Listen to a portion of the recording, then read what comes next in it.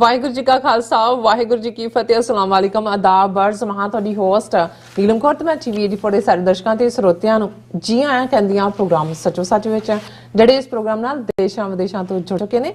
Khalsa affair centre ਦੇ ਸੰਚਾਲਕ doctor Manjeet Singh ji studio 'ਚ ਮੇਰੇ ਨਾਲ ਸ਼ਾਮਿਲ ਨੇ। ਆਓ ਉਹਨਾਂ ਨਾਲ ਗੱਲਬਾਤ ਕਰਕੇ ਅੱਜ ਦੇ ਅਹਿਮ ਇਸ਼ੂਜ਼ ਉੱਪਰ ਉਹਨਾਂ ਤੋਂ ਉਹਨਾਂ ਦਾ ਤਜ਼ੀਆ ਜਾਣਦੇ ਹਾਂ। जी डॉक्टर साहब वाहिगुरू जी का खालसा वाहिगुरू जी की फतेह।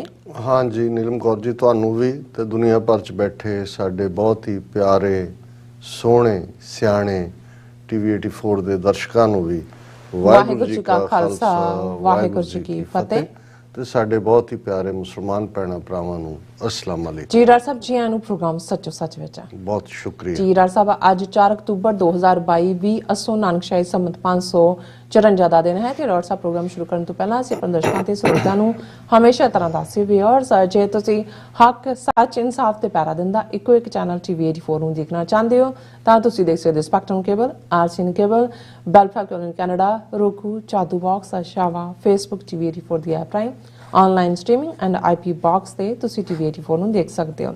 व्यूअर्स ਜੇ ਤੁਸੀਂ TV 84 ਨਾਲ ਜਾਂ ਪ੍ਰੋਗਰਾਮ ਸੱਚੋ ਸੱਚ ਨਾਲ ਫੇਸਬੁੱਕ ਰਾਹੀਂ ਜੁੜੇ ਤੇ ਇਸ ਨੂੰ ਵੱਧ ਲਾਈਕ ਕਰੋ ਤੇ ਸ਼ੇਅਰ ਕਰੋ ਅਤੇ ਨਾਲ ਹੀ YouTube ਤੇ ਸਬਸਕ੍ਰਾਈਬ ਵੀ ਕਰੋ। ਇਹ ਵੀ ਦੱਸ ਦਿਓ ਕਿ ਤੁਸੀਂ TV 84 ਦੇ ਐਪ ਨੂੰ Android ਐਂਡ App Store ਤੇ ਡਾਊਨਲੋਡ ਕਰਕੇ ਜੋ TV 84 ਦੀ ਲਾਈਵ ਸਟ੍ਰੀਮ ਹੈ ਇਸ ਨੂੰ ਤੁਸੀਂ 24 ਆਵਰਸ ਦੇਖ ਸਕਦੇ ਹੋ। ਸੋ ਵਿਊਅਰਸ ਹਮੇਸ਼ਾ ਤਰ੍ਹਾਂ ਆਪਾਂ ਆਪਣੇ ਪ੍ਰੋਗਰਾਮ ਦੀ ਸ਼ੁਰੂਆਤ ਕਰਦੇ ਹਾਂ ਅੱਜ ਦੀ ਸਪਾਂਸਰਸ਼ਿਪ ਦੇ ਹਵਾਲੇ ਨਾਲ ਕਿ ਅੱਜ ਪ੍ਰੋਗਰਾਮ ਸੱਚੋ ਸੱਚ ਨੂੰ ਸਪਾਂਸਰ ਕੀਤਾ ਗਿਆ ਹੈ ਸਿਆਟਲ ਤੋਂ ਵੀਰ ਅਮਰ ਸਿੰਘ ਖੈਰਾ ਜੀਰਾ ਵੱਲੋਂ। ਸੋ ਇਹਨਾਂ ਨੇ ਬੇਨਤੀ ਕੀਤੀ ਹੈ ਕਿ ਸਿੱਖ ਕੌਮ ਦੇ ਮਸਲਿਆਂ ਦਾ ਹੱਲ ਖਾਲਿਸਤਾਨ ਦੀ ਪ੍ਰਾਪਤੀ ਤੋਂ ਬਗੈਰ ਨਹੀਂ ਹੋ ਸਕਦਾ। ਰੈਫਰੈਂਡਮ ਮੁਹਿੰਮ ਚੱਲ ਰਹੀ ਹੈ, ਸਾਡਾ ਸਭ ਦਾ ਫਰਜ਼ ਬਣਦਾ ਹੈ ਕਿ ਅਸੀਂ ਪੰਜਾਬ ਦੀ ਆਜ਼ਾਦੀ ਲਈ ਵੋਟ ਪਾਈਏ ਅਤੇ ਖਾਲਿਸਤਾਨ ਦੇ ਸੰਘਰਸ਼ ਦਾ ਹਿੱਸਾ ਬਣੀਏ। ਟੋਰਾਂਟੋ ਰੈਫਰੈਂਡਮ ਸਮੇਂ ਮੈਂ 2 ਹਫ਼ਤੇ ਉੱਥੇ ਰਿਹਾ ਹਾਂ। ਪਹਿਲਾਂ ਸਾਡੇ ਆਪਣੇ ਰਿਸ਼ਤੇਦਾਰ ਦੁਚਿੱਤੀ ਵਿੱਚ ਸਨ ਪਰ ਵੋਟਾਂ ਵਾਲੇ ਦਿਨ ਸੰਗਤ ਦਾ ਹੜ ਦੇਖ ਕੇ ਸਭ ਦਾ ਮਨੋਬਲ ਹੋਰ ਵੱਧ ਗਿਆ ਹੈ। ਸੋ ਵਾਹਿਗੁਰੂ ਕਿਰਪਾ ਕਰਨ ਇਹ ਕਾਫਲਾ ਹੋਰ ਵੱਡਾ ਹੋਵੇ। ਅੱਜ ਦੀ ਸਪਾਂਸਰਸ਼ਿਪ ਲਈ ਅਸੀਂ ਵੀਰ ਅਮਰ ਸਿੰਘ ਖੈਰਾ ਜੀਰਾਂ ਦਾ ਤਹਿ ਦਿਲ ਤੋਂ ਧੰਨਵਾਦ ਕਰਦੇ ਹਾਂ ਔਰ ਤੁਹਾਨੂੰ ਵੀ ਅਪੀਲ ਤੇ ਬੇਨਤੀ ਕਰਦੇ ਹਾਂ ਕਿ ਤੁਸੀਂ ਵੀ ਵੱਧ ਤੋਂ ਵੱਧ ਪ੍ਰੋਗਰਾਮ ਸੱਚੋ ਸੱਚ ਨੂੰ ਸਪਾਂਸਰ ਕਰੋ। ਸਪਾਂਸਰਸ਼ਿਪ ਲਈ ਤੁਸੀਂ ਸਾਨੂੰ ਕਾਲ ਕਰ ਸਕਦੇ ਸਾਡੇ ਫੋਨ ਨੰਬਰ ਤੇ 5166191984 ਸੇਮ ਨੰਬਰ ਤੇ WhatsApp ਕਰ ਸਕਦੇ ਹੋ। ਤੁਸੀਂ ਸਾਨੂੰ ਈਮੇਲ ਵੀ ਕਰ ਸਕਦੇ ਹੋ info@tv84.tv ਤੇ। ਸੋ ਵਿਊਅਰਸ ਪਹਿਲੇ ਸੈਗਮੈਂਟ ਦੇ ਵਿੱਚ ਆਪਾਂ ਗੱਲਬਾਤ ਕਰਨ ਜਾ ਰਹੇ ਹਾਂ ਪੰਜਾਬ ਦੇ ਹਵਾਲੇ ਨਾਲ ਕਿ ਪੰਜਾਬ ਵਿੱਚ ਸਿੱਖ ਨੌਜਵਾਨੀ ਦੇ ਸਿਆਸੀ ਉਭਾਰ ਨਾਲ ਜਿੱਥੇ ਸਿੱਖ ਕੌਮ ਵਿੱਚ ਇੱਕ ਖੁਸ਼ੀ ਦੀ ਲਹਿਰ ਹੈ ਉੱਥੇ ਭਾਰਤੀ ਏਜੰਸੀਆਂ ਨੂੰ ਪਿੱਸੂ ਪਏ ਹੋਏ ਨੇ। ਸੋ ਮੀਡੀਆ ਰਿਪੋਰਟਾਂ ਅਨੁਸਾਰ ਭਾਰਤ ਦੇ ਗ੍ਰਹਿ ਮੰਤਰਾਲੇ ਨੇ ਪੰਜਾਬ ਸਰਕਾਰ ਨੂੰ ਵਾਰਸ ਪੰਜਾਬ ਜਥੇਬੰਦੀ ਦੇ ਪ੍ਰਧਾਨ ਅੰਮ੍ਰਿਤਪਾਲ ਸਿੰਘ ਤੇ ਤਿੱਖੀ ਨਜ਼ਰ ਰੱਖਣ ਨੂੰ ਕਿਹਾ ਹੈ ਔਰ ਜ਼ਾਹਿਰ ਹੈ ਕਿ ਭਾਰਤੀ ਏਜੰਸੀਆਂ ਸਿੱਖ ਨੌਜਵਾਨੀ ਦੇ ਕਾਨ ਲਈ ਇੱਕ ਕਿਸੇ ਏਜੰਡੇ ਤੇ ਜਿਹੜਾ ਕੰਮ ਕਰ ਰਹੀਆਂ ਨੇ। ਸੋ ਇਸ ਬਾਰੇ ਆਪਾਂ ਗੱਲਬਾਤ ਕਰਨ ਜਾ ਰਹੇ ਹਾਂ। ਸੋ ਅਸੀਂ ਚਾਹਾਂਗੇ ਕਿ ਤੁਸੀਂ ਇਸੇ ਤਰ੍ਹਾਂ ਬਣੇ ਰਹਿਣਾ। ਦੇਖਣ ਸੁਣਨ ਲਈ ਤੁਹਾਡਾ ਸਭ ਦਾ ਬਹੁਤ ਬਹੁਤ ਧੰਨਵਾਦ।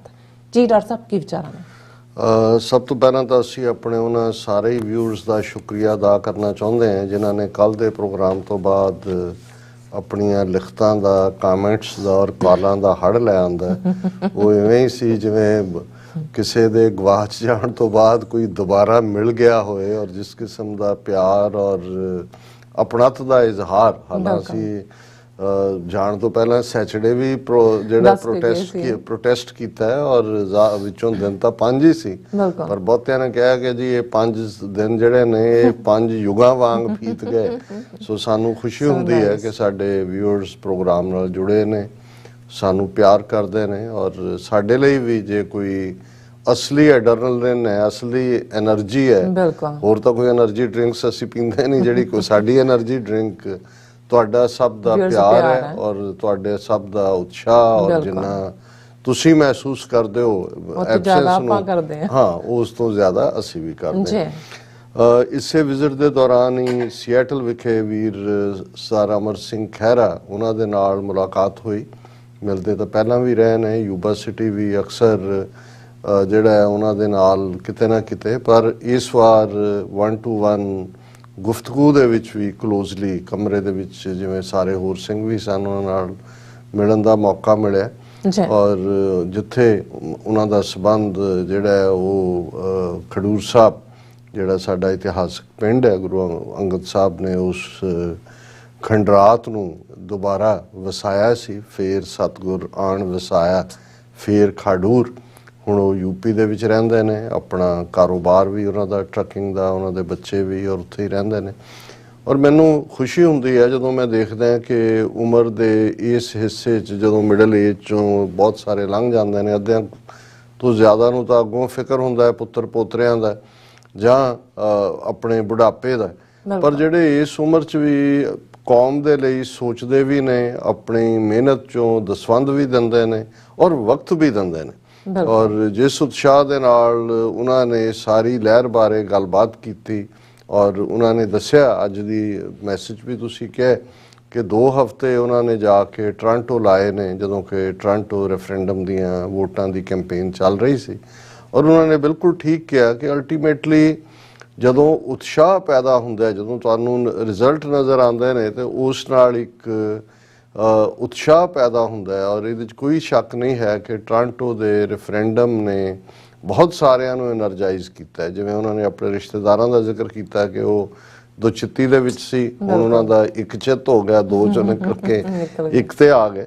ਔਰ ਅਸੀਂ ਇਹ ਸਮਝਦੇ ਹਾਂ ਕਿਉਂਕਿ ਇਹ ਹੁਣ ਅੱਡ-ਅੱਡ ਇਸ ਰੈਫਰੈਂਡਮ ਦੇ ਜਿਹੜਾ ਜਿਵੇਂ ਅਸੀਂ ਜ਼ਿਕਰ ਕੀਤਾ ਸੀ ਕਿ ਲੰਡਨ ਤੋਂ ਸ਼ੁਰੂਆਤ ਹੋਈ ਔਰ ਫਿਰ ਰੋਮ, ਪੈਰਿਸ, ਇਟਲੀ ਹੁੰਦਿਆਂ ਟੋਰਾਂਟੋ ਦੇ ਵਿੱਚ, ਔਰ ਹੁਣ ਨੈਕਸਟ ਫੇਜ਼ ਜਿਹੜਾ ਹੈ ਟੋਰਾਂਟੋ ਦੇ ਵਿੱਚ ਹੀ 6 ਨਵੰਬਰ ਨੂੰ ਹੋਣਾ ਹੈ ਵੋਟਾਂ ਦਾ। ਔਰ ਅੱਜ ਹੀ ਮੈਂ ਦੇਖ ਰਿਹਾ ਸੀ ਕਿ 26 ਜਨਵਰੀ ਨੂੰ ਸ਼ਾਇਦ ਪਾਕਿਸਤਾਨ ਔਰ ਹੋਰ ਥਾਵਾਂ 'ਤੇ ਵੀ ਇਸ ਦੀ ਸ਼ੁਰੂਆਤ ਹੋਏਗੀ। ਔਰ ਹਾਲਾਂਕਿ ਕੁਝ ਪਿਕਚਰਸ ਮੈਂ ਦੇਖੀਆਂ ਜਿਹਦੇ 'ਚ ਪਾਕਿਸਤਾਨੀ ਸਿੱਖਾਂ ਨੇ ਵੀ ਜਿਹੜਾ ਉਹ ਖਾਲਿਸਤਾਨ ਦਾ ਝੰਡਾ ਚੁੱਕਿਆ ਹੋਇਆ। ਔਰ ਇਸ ਦੇ ਨਾਲ ਨਾਲ ਅਮਰੀਕਾ ਦੇ ਵਿੱਚ ਕਦੋਂ ਤੱਕ ਪਹੁੰਚਦਾ ਹੈ ਇਹ ਜਿਹੜਾ, ਕਿਉਂਕਿ ਪੜਾਅਵਾਰ ਗੱਲ ਅੱਗੇ ਵੱਧ ਰਹੀ ਹੈ।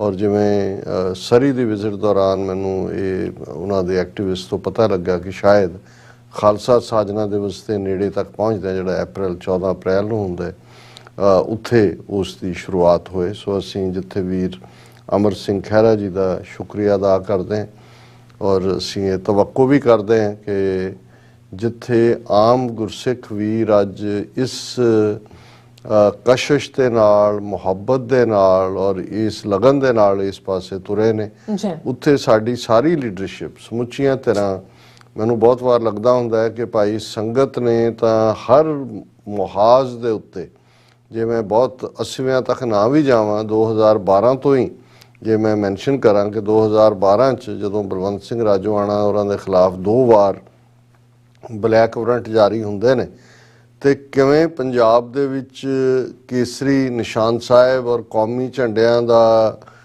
ਹੜ੍ਹ ਆ ਜਾਂਦਾ, ਹਰ ਘਰ ਦੇ ਉੱਤੇ ਝੂਲਦਾ। ਇਵੇਂ ਲੱਗਦਾ ਸੀ ਕਿ ਸਾਰਾ ਪੰਜਾਬ ਰਾਜੋਆਣਾ ਦੇ ਪਿੱਛੇ ਖੜਾ ਹੈ। ਔਰ ਸ਼ਾਇਦ ਇਹ ਦੁਨੀਆ ਦੀ ਹਿਸਟਰੀ 'ਚ ਹੀ ਬੜੀ ਯੂਨੀਕ ਗੱਲ ਹੋਏਗੀ, ਭਾਰਤ ਦੇ ਤਾਂ ਹੈ ਹੀ ਸੀ ਕਿ 2 ਵਾਰ ਜਿਹਦੇ ਬਲੈਕ ਵਾਰੰਟ ਤੋਂ ਬਾਅਦ ਮਤਲਬ ਹੁੰਦਾ ਵੀ ਕੋਈ ਚੋਇਸ ਨਹੀਂ ਹੈ, ਵੀ ਫਾਈਲ ਆਇਆ ਜਾਣਾ, ਉਹਨੂੰ ਮੁੜਵਾਉਣ ਦਾ ਜਿਹੜਾ ਕ੍ਰੈਡਿਟ ਹੈ ਉਹ ਸਮੁੱਚੀ ਕੌਮ ਨੂੰ ਜਾਂਦਾ। ਇਵੇਂ ਹੀ ਅਸੀਂ 2015 ਦੇ ਵਿੱਚ ਦੇਖਦੇ ਹਾਂ ਕਿ ਜਿਸ ਉਤਸ਼ਾਹ ਦੇ ਨਾਲ ਸਰਬੱਤ ਖਾਲਸਾ 'ਚ ਸਿੱਖ ਸੰਗਤਾਂ ਪਹੁੰਚੀਆਂ, ਹਾਲਾਂ ਉਸ ਦਾ ਪਿਛੋਕੜ ਤਾਂ ਦੁਖਦਾਈ ਸੀ ਕਿਉਂਕਿ ਗੁਰੂ ਗ੍ਰੰਥ ਸਾਹਿਬ ਦੀਆਂ ਬੇਅਦਬੀ ਦੀਆਂ ਘਟਨਾਵਾਂ ਹੋ ਰਹੀਆਂ ਸੀ, ਬਰਗਾੜੀ ਕਾਂਡ, ਬਹਿਬਲ ਕਲਾਂ, ਉਸ ਤੋਂ ਪਹਿਲਾਂ ਬੁਰਜਵਾਰ ਸਿੰਘ ਵਾਲਾ ਜਿੱਥੋਂ ਗੁਰੂ ਗ੍ਰੰਥ ਸਾਹਿਬ ਦੇ ਸਰੂਪ ਚੁੱਕੇ ਗਏ। ਔਰ ਇਹਦੇ ਬਾਵਜੂਦ ਕਿ ਸਰਕਾਰੀ ਰੁਕਾਵਟਾਂ ਸਨ ਲੱਖਾਂ ਦੀ ਗਿਣਤੀ ਦੇ ਵਿੱਚ, ਔਰ ਉਸ ਸਰਬੱਤ ਖਾਲਸਾ ਦੀ ਕਾਲ ਸ਼੍ਰੋਮਣੀ ਅਕਾਲੀ ਦਲ ਅੰਮ੍ਰਿਤਸਰ ਨੇ ਦਿੱਤੀ ਸੀ, ਚੱਬੇ ਦੇ ਮੁਕਾਮ ਤੇ ਬਹੁਤ ਜ਼ੋਰਦਾਰ ਜਿਹੜੀ ਹੈ ਗੈਦਰਿੰਗ ਹੋਈ। ਔਰ ਉਸੇ ਗੈਦਰਿੰਗ 'ਚ ਜਥੇਦਾਰ ਜਗਤਾਰ ਸਿੰਘ ਹਵਾਰਾ ਅਕਾਲ ਤਖਤ ਦੇ ਜਥੇਦਾਰ ਥਾਪੇ ਜਾਂਦੇ ਨੇ।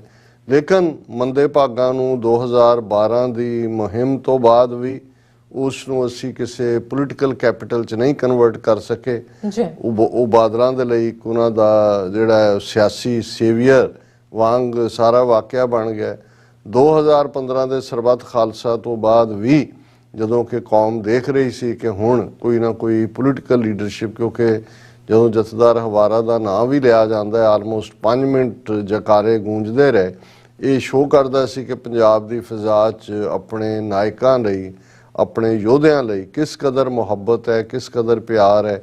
ਲੇਕਿਨ ਅਸੀਂ ਦੇਖਿਆ ਕਿ ਉਸ 'ਚੋਂ ਐਲਾਨਿਆ ਗਿਆ ਸਟਰਕਚਰ ਜਿਹੜਾ ਸੀ ਉਹ ਵੀ ਮੁੜ ਕੇ ਕਿਸੇ ਕੰਢੇ ਨਹੀਂ ਲੱਗਿਆ। ਹਾਲਾਂਕਿ 2017-18 ਤੱਕ ਪਹੁੰਚਦੇ ਹਾਂ ਬਰਗਾੜੀ ਮੋਰਚਾ ਲਾਇਆ ਜਾਂਦਾ, ਉਹਦੇ 'ਚ ਮੁੱਢਲੇ ਮਹੀਨਿਆਂ 'ਚ ਤਾਂ ਬਹੁਤਾ ਰਿਸਪੌਂਸ ਨਹੀਂ ਸੀ, ਜੀ ਪਰ ਜਿਵੇਂ ਫਿਰ ਲੱਖਾਂ ਦੀ ਗਿਣਤੀ ਦੇ ਵਿੱਚ ਸਿੱਖ ਸੰਗਤਾਂ ਉਮੜੀਆਂ ਔਰ ਉਹ ਮੋਰਚਾ ਆਪਣੇ ਆਪ 'ਚ ਕਈਆਂ ਦੇ ਲਈ ਪੰਜਾਬੀ ਸੂਬਾ ਮੋਰਚਾ ਜਾਂ ਧਰਮਯੁੱਧ ਮੋਰਚੇ ਦੀ ਯਾਦ ਦਹਾਨੀ ਬਣ ਗਿਆ।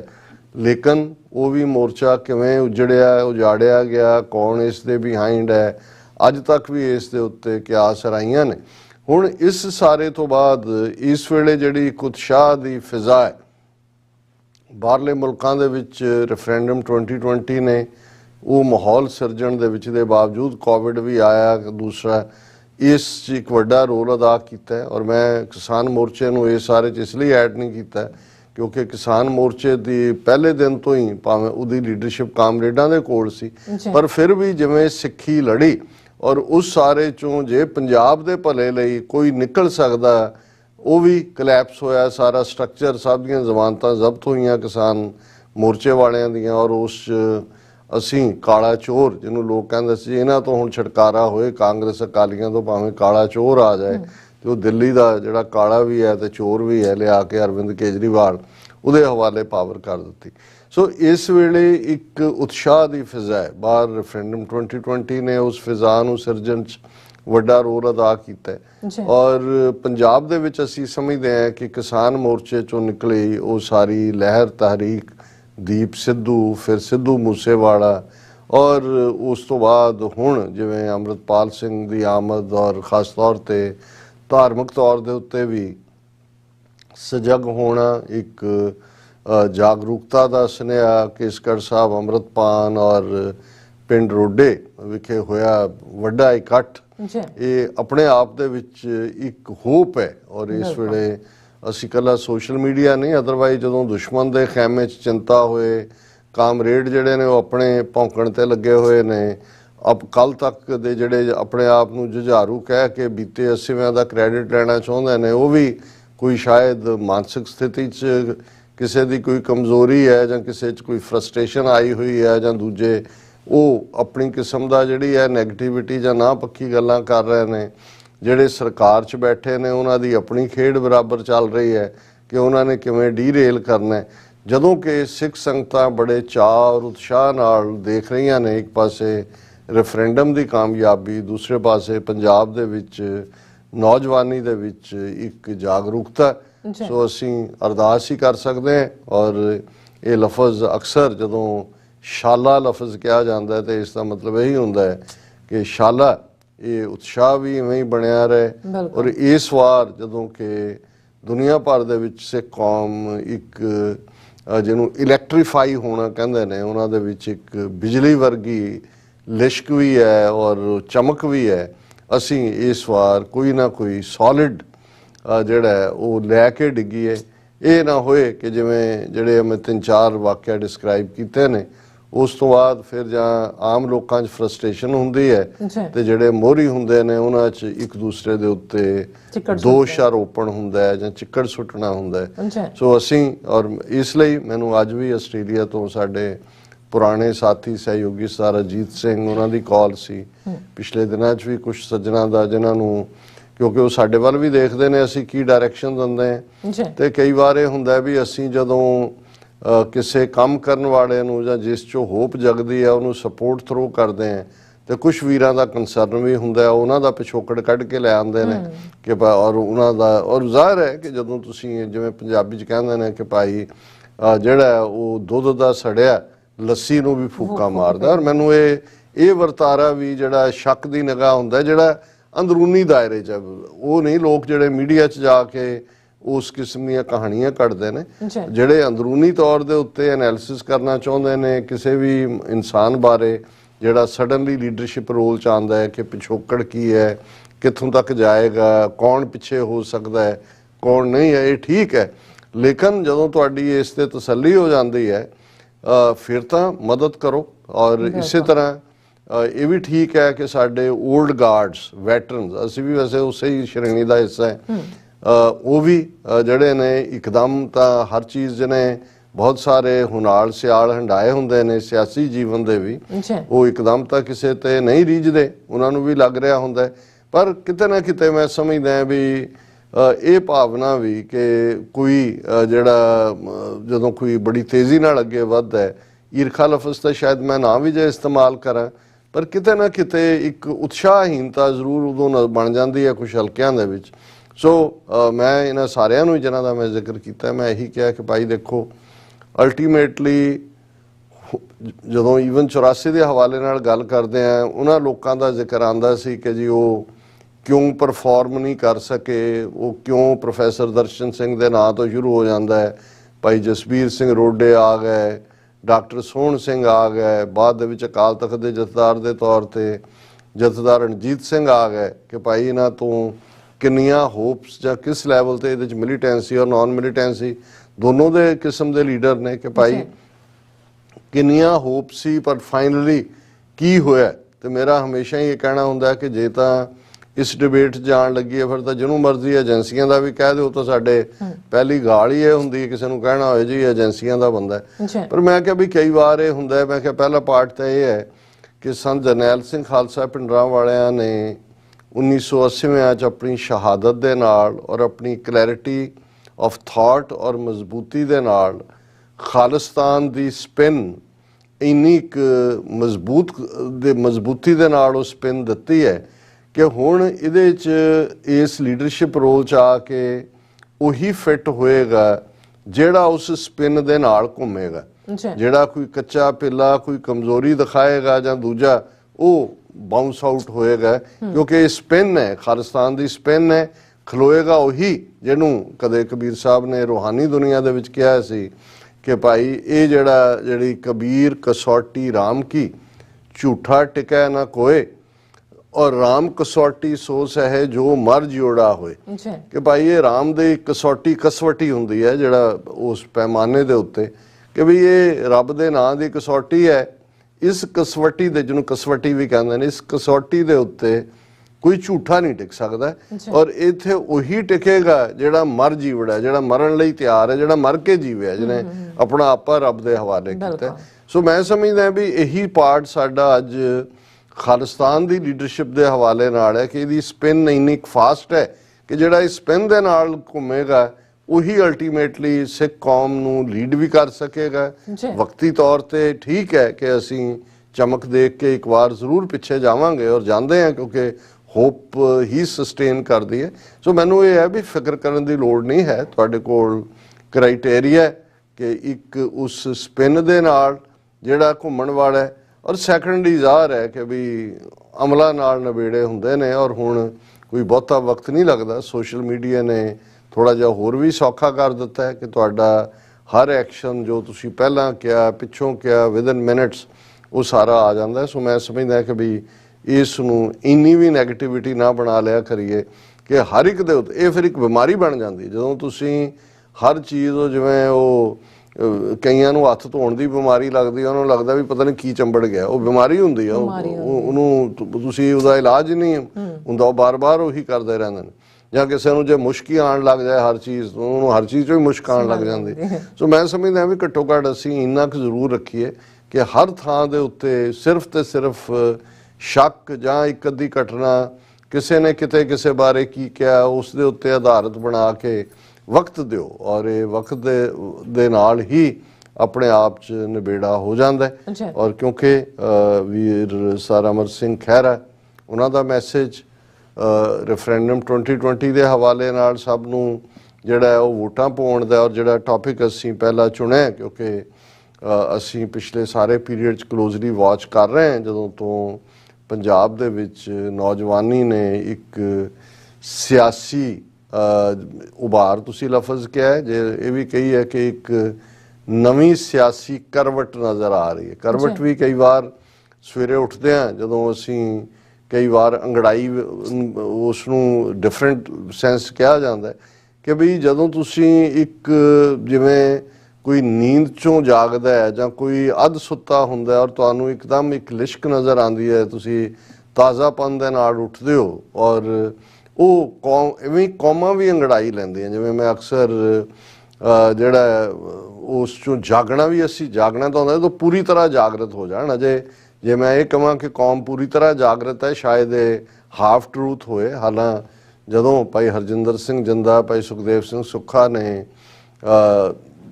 ਭਾਰਤ ਦੇ ਪ੍ਰੈਜ਼ੀਡੈਂਟ ਨੂੰ ਚਿੱਠੀ ਲਿਖੀ ਸੀ ਔਰ ਜਨਰਲ ਵੈਦਿਆ ਨੂੰ ਕਿਉਂ ਸਜ਼ਾ ਯਾਫਤਾ ਕੀਤਾ ਉਹਦੀ ਗੱਲ ਕੀਤੀ ਤਾਂ ਬੜਾ ਖੂਬਸੂਰਤ ਅੰਗਰੇਜ਼ੀ ਦੇ ਵਿੱਚ ਉਹਨਾਂ ਨੇ ਜਿਹੜਾ ਜੁਮਲਾ ਇਸਤੇਮਾਲ ਕੀਤਾ ਸੀ ਕਿ ਵੈਨ ਦਾ ਨੇਸ਼ਨਸ ਅਵੇਕ ਹਿਸਟਰੀ ਸ਼ਿਵਰਸ। ਬਿਲਕੁਲ ਕਿ ਜਦੋਂ ਕੌਮਾਂ ਜਾਗਦੀਆਂ ਨੇ ਤੇ ਉਦੋਂ ਫਿਰ ਉਹ ਇਤਿਹਾਸ ਨੂੰ ਕੰਬਣੀ ਛੇੜਦੀਆਂ ਨੇ।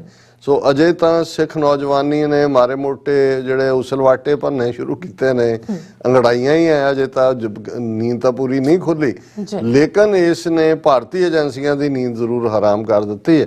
ਔਰ ਅਸੀਂ ਦੇਖ ਰਹੇ ਹਾਂ ਜਦੋਂ ਇੱਕਦਮ ਅੰਮ੍ਰਿਤਪਾਲ ਸਿੰਘ ਅੰਮ੍ਰਿਤਪਾਨ ਕਰਦੇ ਨੇ 1000 ਤੋਂ ਜ਼ਿਆਦਾ ਸਿੰਘਾਂ ਸਿੰਘਣੀਆਂ ਦੇ ਨਾਲ, ਤੇ ਫਿਰ ਰੋਡੇ ਦਾ ਇਕੱਠ ਜਿਹੜਾ ਕਿ ਜਿੱਥੇ ਉਹਨਾਂ ਨੂੰ ਜਿਹੜਾ ਪ੍ਰਧਾਨਗੀ ਸੌਂਪੀ ਜਾਂਦੀ ਹੈ, ਦਸਤਾਰਬੰਦੀ ਲਫ਼ਜ਼ ਇਸਤੇਮਾਲ ਕੀਤਾ ਗਿਆ, ਹੋਈ ਵੀ ਦਸਤਾਰਬੰਦੀ, ਔਰ ਜਿੰਨਾ ਵੱਡਾ ਇਕੱਠ ਸੀ ਖਾਸ ਤੌਰ ਤੇ ਕਾਲੀਆਂ ਦਾੜੀਆਂ ਉਹੀ ਨੌਜਵਾਨੀ, ਔਰ ਕੁਛ ਤਾਂ ਨਾ ਆਏ ਕਿ ਭਾਈ ਫਲਾਣਾ ਫਲਾਣੇ ਫਿਰਕੇ ਚੋਂ ਦੂਜਾ ਅੰਮ੍ਰਿਤ ਛਕਣ ਆਇਆ, ਔਰ ਕਿਵੇਂ ਉਹਨੇ ਜ਼ਾਹਰ ਨੀਂਦ ਤਾਂ ਹਰਾਮ ਕੀਤੀ।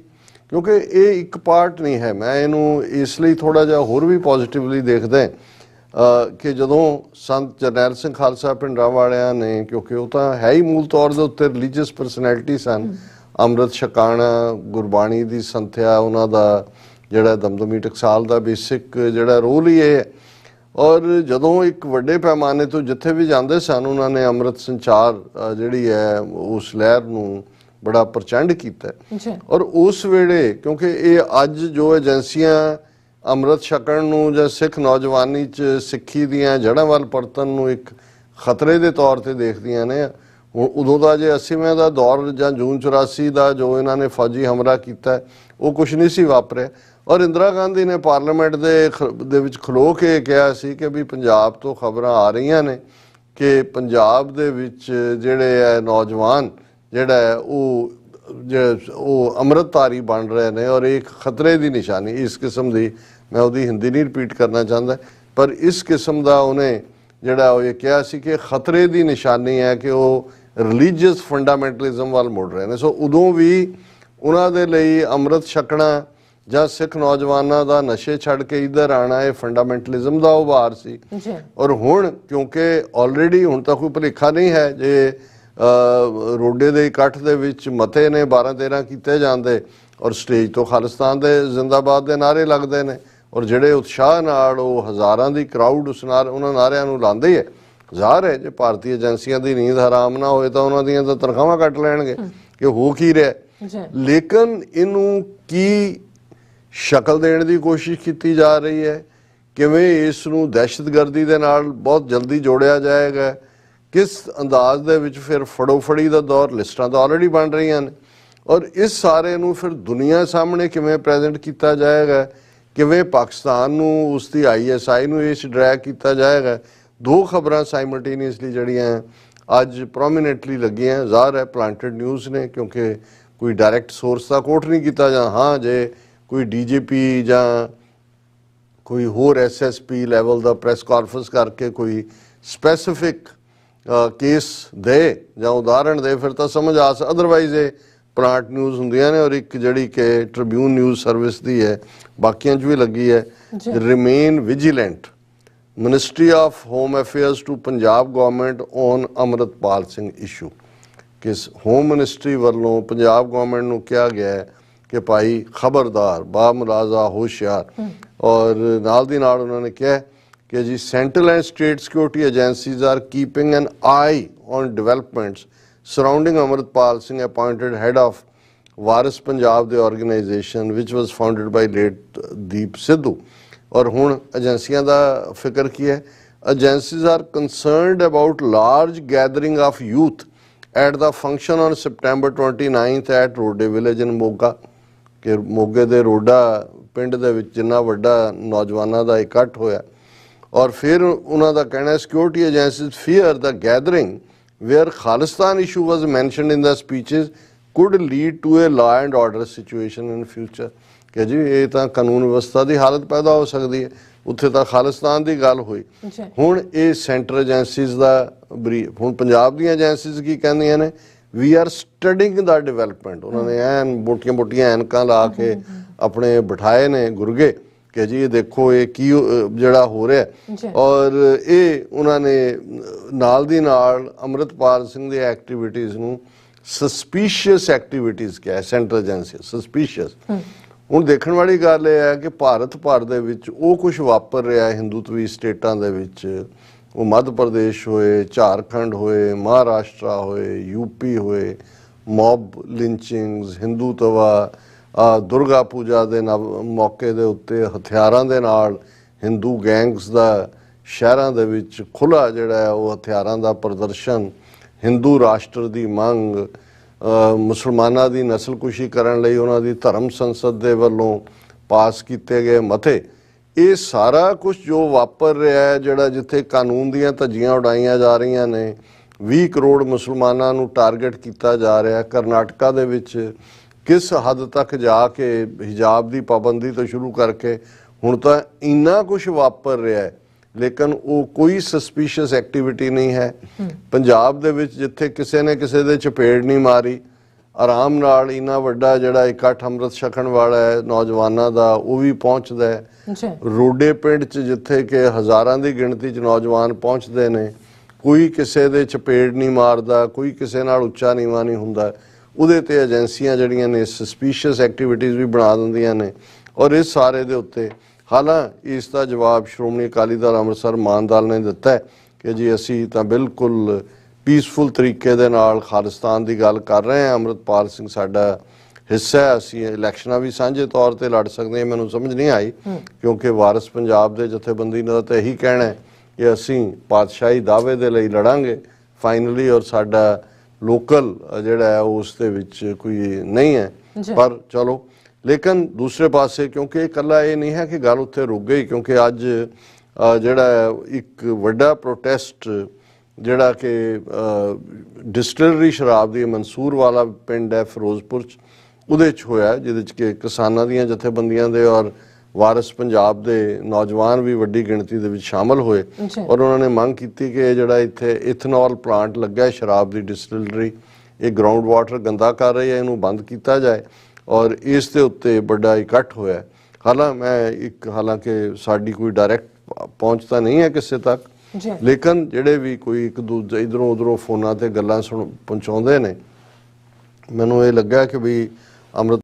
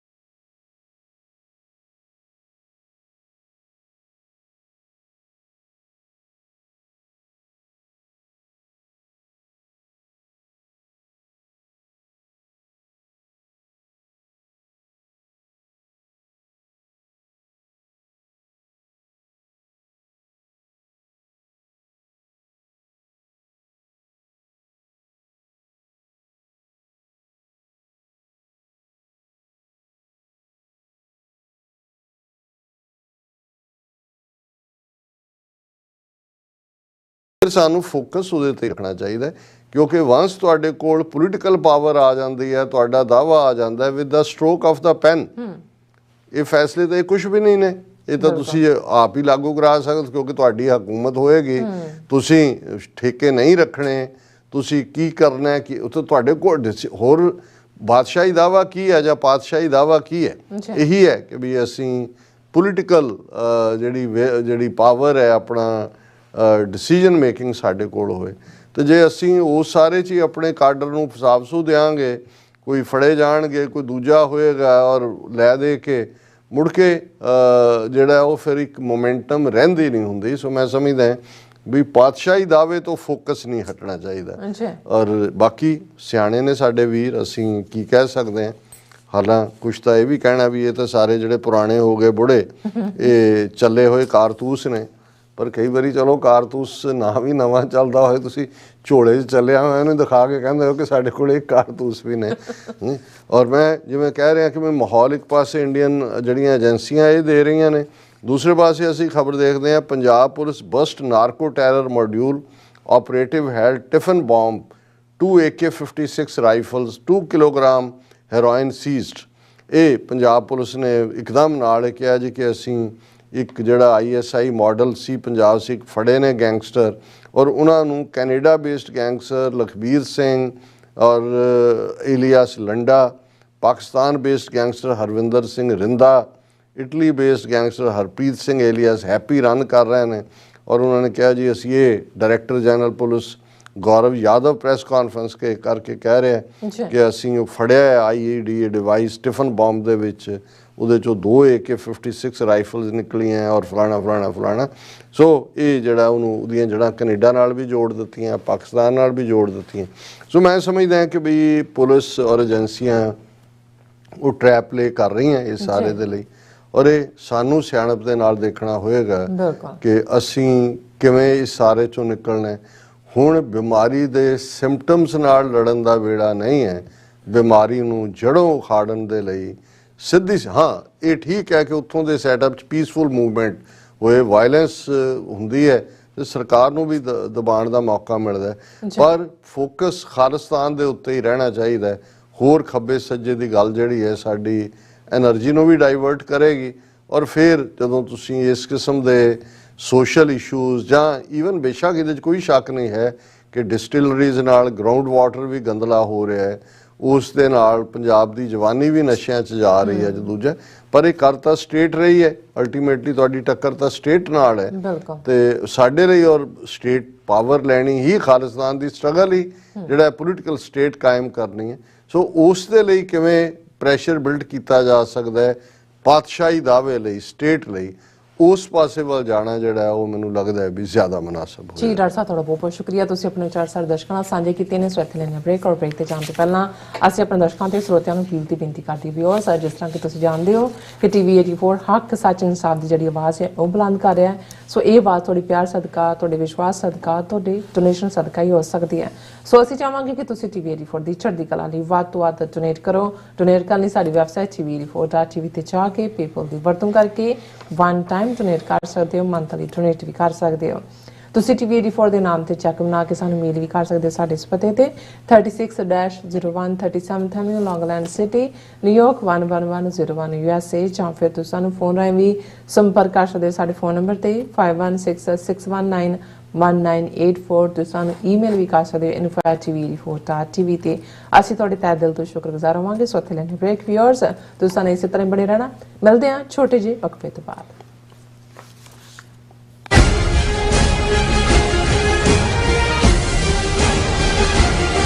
ਮਿਡਵੈਸਟ ਦੀਆਂ ਸਮੂਹ ਸਿੱਖ ਸੰਗਤਾਂ, ਗੁਰੂ ਘਰ ਕਮੇਟੀਆਂ ਅਤੇ ਪੰਥਕ ਜਥੇਬੰਦੀਆਂ ਦੇ ਸਹਿਯੋਗ ਨਾਲ ਸਿੱਖ ਸੁਸਾਇਟੀ ਆਫ ਇੰਡੀਆਨਾ ਵੱਲੋਂ ਗੁਰੂ ਗ੍ਰੰਥ ਸਾਹਿਬ ਜੀ ਦੇ ਪਹਿਲੇ ਪ੍ਰਕਾਸ਼ ਦਿਹਾੜੇ ਨੂੰ ਸਮਰਪਿਤ ਨਗਰ ਕੀਰਤਨ 15 ਅਕਤੂਬਰ 2022 ਦਿਨ ਸ਼ਨੀਵਾਰ ਨੂੰ ਦੁਪਹਿਰ 12 ਵਜੇ ਵਾਰ ਮੈਮੋਰੀਅਲ ਪਾਰਕ ਇੰਡੀਅਨਾਪੋਲਿਸ ਵਿਖੇ ਕੱਢਿਆ ਜਾ ਰਿਹਾ ਹੈ। ਪੰਥ ਦੇ ਮਹਾਨ ਕੀਰਤਨੀਏ, ਕਥਾਵਾਚਕ ਅਤੇ ਪੰਥਕ ਆਗੂ ਹਾਜ਼ਰੀ ਭਰਨਗੇ। ਸੰਗਤਾਂ ਨੂੰ ਇਸ ਨਗਰ ਕੀਰਤਨ ਵਿੱਚ ਹਾਜ਼ਰੀ ਲਵਾਉਣ ਲਈ ਬੇਨਤੀ ਕੀਤੀ ਜਾਂਦੀ ਹੈ। ਵਧੇਰੇ ਜਾਣਕਾਰੀ ਲਈ ਤੁਸੀਂ ਹੇਠ ਦਿੱਤੇ ਨੰਬਰਾਂ ਤੇ ਸੰਪਰਕ ਕਰ ਸਕਦੇ ਹੋ।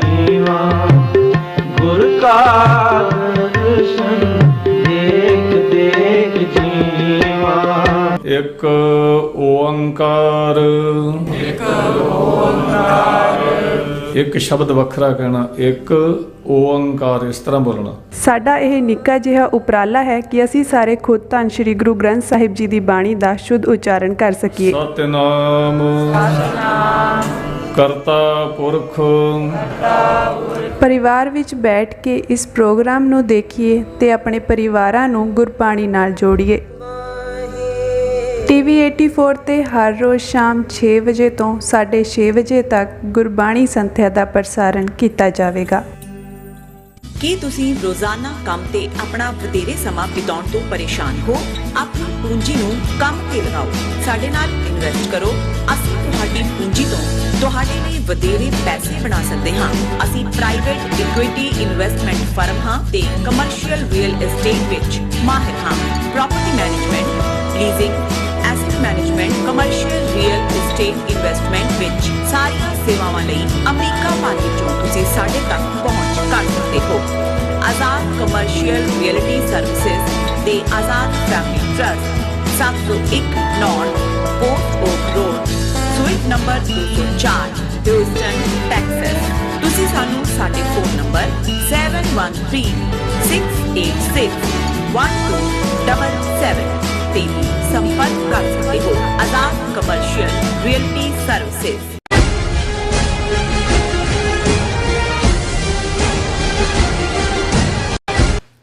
ਦਰਸ਼ਕੋ, ਬ੍ਰੇਕ ਤੋਂ ਬਾਅਦ ਤੁਹਾਡਾ ਸਭ ਦਾ ਭਰਪੂਰ ਸਵਾਗਤ ਹੈ। ਸੋ ਵੀਅਰਸ, ਪ੍ਰੋਗਰਾਮ ਨੂੰ ਹੋਰ ਅੱਗੇ ਵਧਾਉਂਦੇ ਹਾਂ। ਦੇ ਦੂਸਰੇ ਅਹਿਮ ਇਸ਼ੂ ਦੇ ਨਾਲ ਇਸ ਦੇ ਵਿੱਚ ਆਪਾਂ ਗੱਲਬਾਤ ਕਰਨ ਜਾ ਰਹੇ ਹਾਂ ਕਿ ਅਮਰੀਕਾ ਦੀ ਪੈਨਸਿਲਵੇਨੀਆ ਸਟੇਟ ਦੇ ਸੈਨੇਟਰ ਪੈਟ ਟੂਮੀ ਨੇ ਸੈਨੇਟ ਵਿੱਚ ਸਿੱਖ ਕੌਮ ਦੇ ਹੱਕ ਵਿੱਚ ਆਵਾਜ਼ ਬੁਲੰਦ ਕੀਤੀ ਹੈ। ਸੋ ਉਸ ਨੇ ਵਰਾ 1984 ਨੂੰ ਭਾਰਤੀ ਇਤਿਹਾਸ ਦਾ ਕਾਲਾ ਵਰਾ ਦੱਸਿਆ ਹੈ ਔਰ ਸੈਨੇਟਰ ਟੂਮੀ ਅਨੁਸਾਰ ਭਾਰਤ ਭਰ ਵਿੱਚ 1984 ਦੀ ਨਸਲਕੁਸ਼ੀ ਵਿੱਚ 30,000 ਤੋਂ ਜ਼ਿਆਦਾ ਸਿੱਖ ਮਾਰੇ ਗਏ ਸਨ।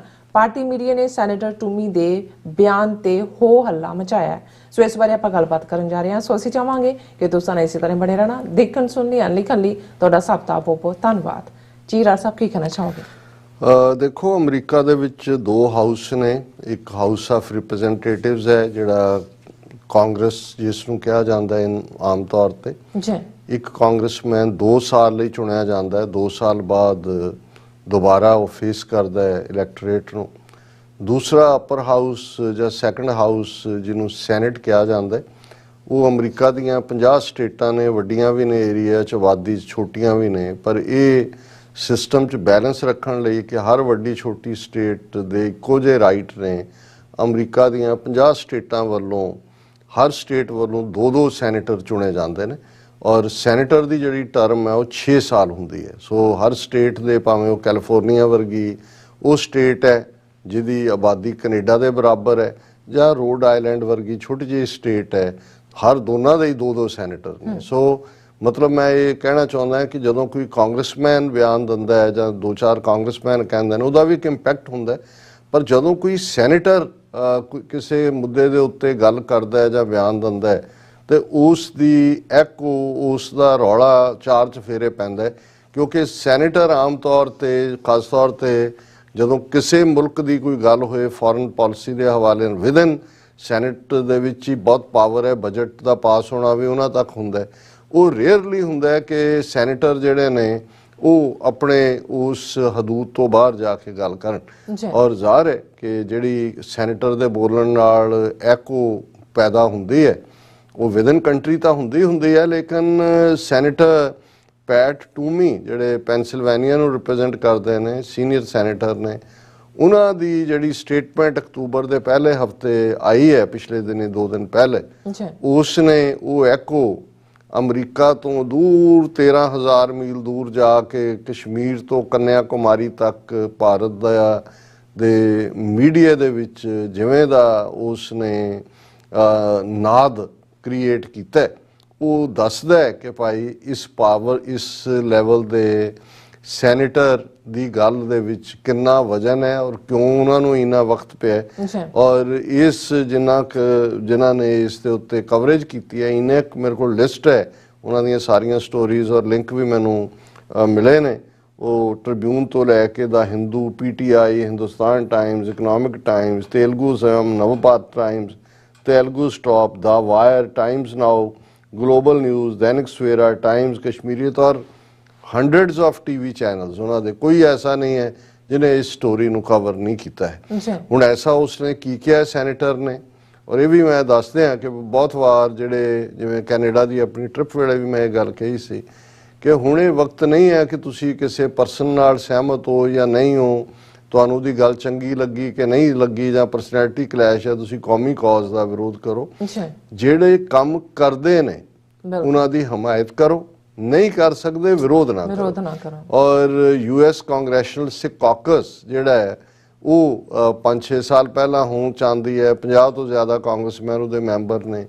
ਕਿਵੇਂ ਇੱਕ ਮਿਸਚਿਫ ਦੇ ਤਹਿਤ ਕਾਂਗਰੈਸ਼ਨਲ ਕਾਕਸ ਨੂੰ ਹੀ ਇੰਡੀਅਨ ਗਵਰਨਮੈਂਟ ਦੇ ਨਾਲ ਜੋੜਨ ਦੀ ਕੋਸ਼ਿਸ਼ ਕੀਤੀ ਗਈ, ਕਿਵੇਂ ਇੱਕ ਜਿਹੜੀ ਹੈ ਲਿਖਤ ਇਸ ਕਿਸਮ ਦੀ ਲਿਖਵਾਈ ਗਈ ਇੱਕ ਡੈਲੀਬਰੇਟ ਜਿਹੜਾ ਉਹ ਅੰਦਾਜ਼ ਦੇ ਵਿੱਚ, ਔਰ ਇਸ ਨੇ ਇਸ ਦੇ ਟਰੈਪ ਦੇ ਵਿੱਚ ਕਿਵੇਂ ਈਵਨ ਪੰਜਾਬ 'ਚ ਬੈਠੇ ਇੱਕ ਦੋ ਪ੍ਰੋਮੀਨੈਂਟ ਵਕੀਲ ਵੀ ਜਿਹੜੇ ਅਦਰਵਾਈਜ਼ ਹਿਊਮਨ ਰਾਈਟਸ ਦਾ ਕੰਮ ਕਰਦੇ ਨੇ ਜਾਂ ਉਹਨਾਂ ਦਾ ਨਾਂ ਸੀ, ਉਹਨਾਂ ਨੇ ਆਪਣੇ ਆਪ ਨੂੰ ਗੰਦਲਾ ਕੀਤਾ ਔਰ ਇਹ ਕਹਿੰਦੇ ਆ ਕਿ ਜੀ ਇਹ ਤਾਂ ਸਿੱਖ ਕਾਕਸ ਤੇ ਇਹ ਕੀ ਤੇ ਉਹ ਕੀ।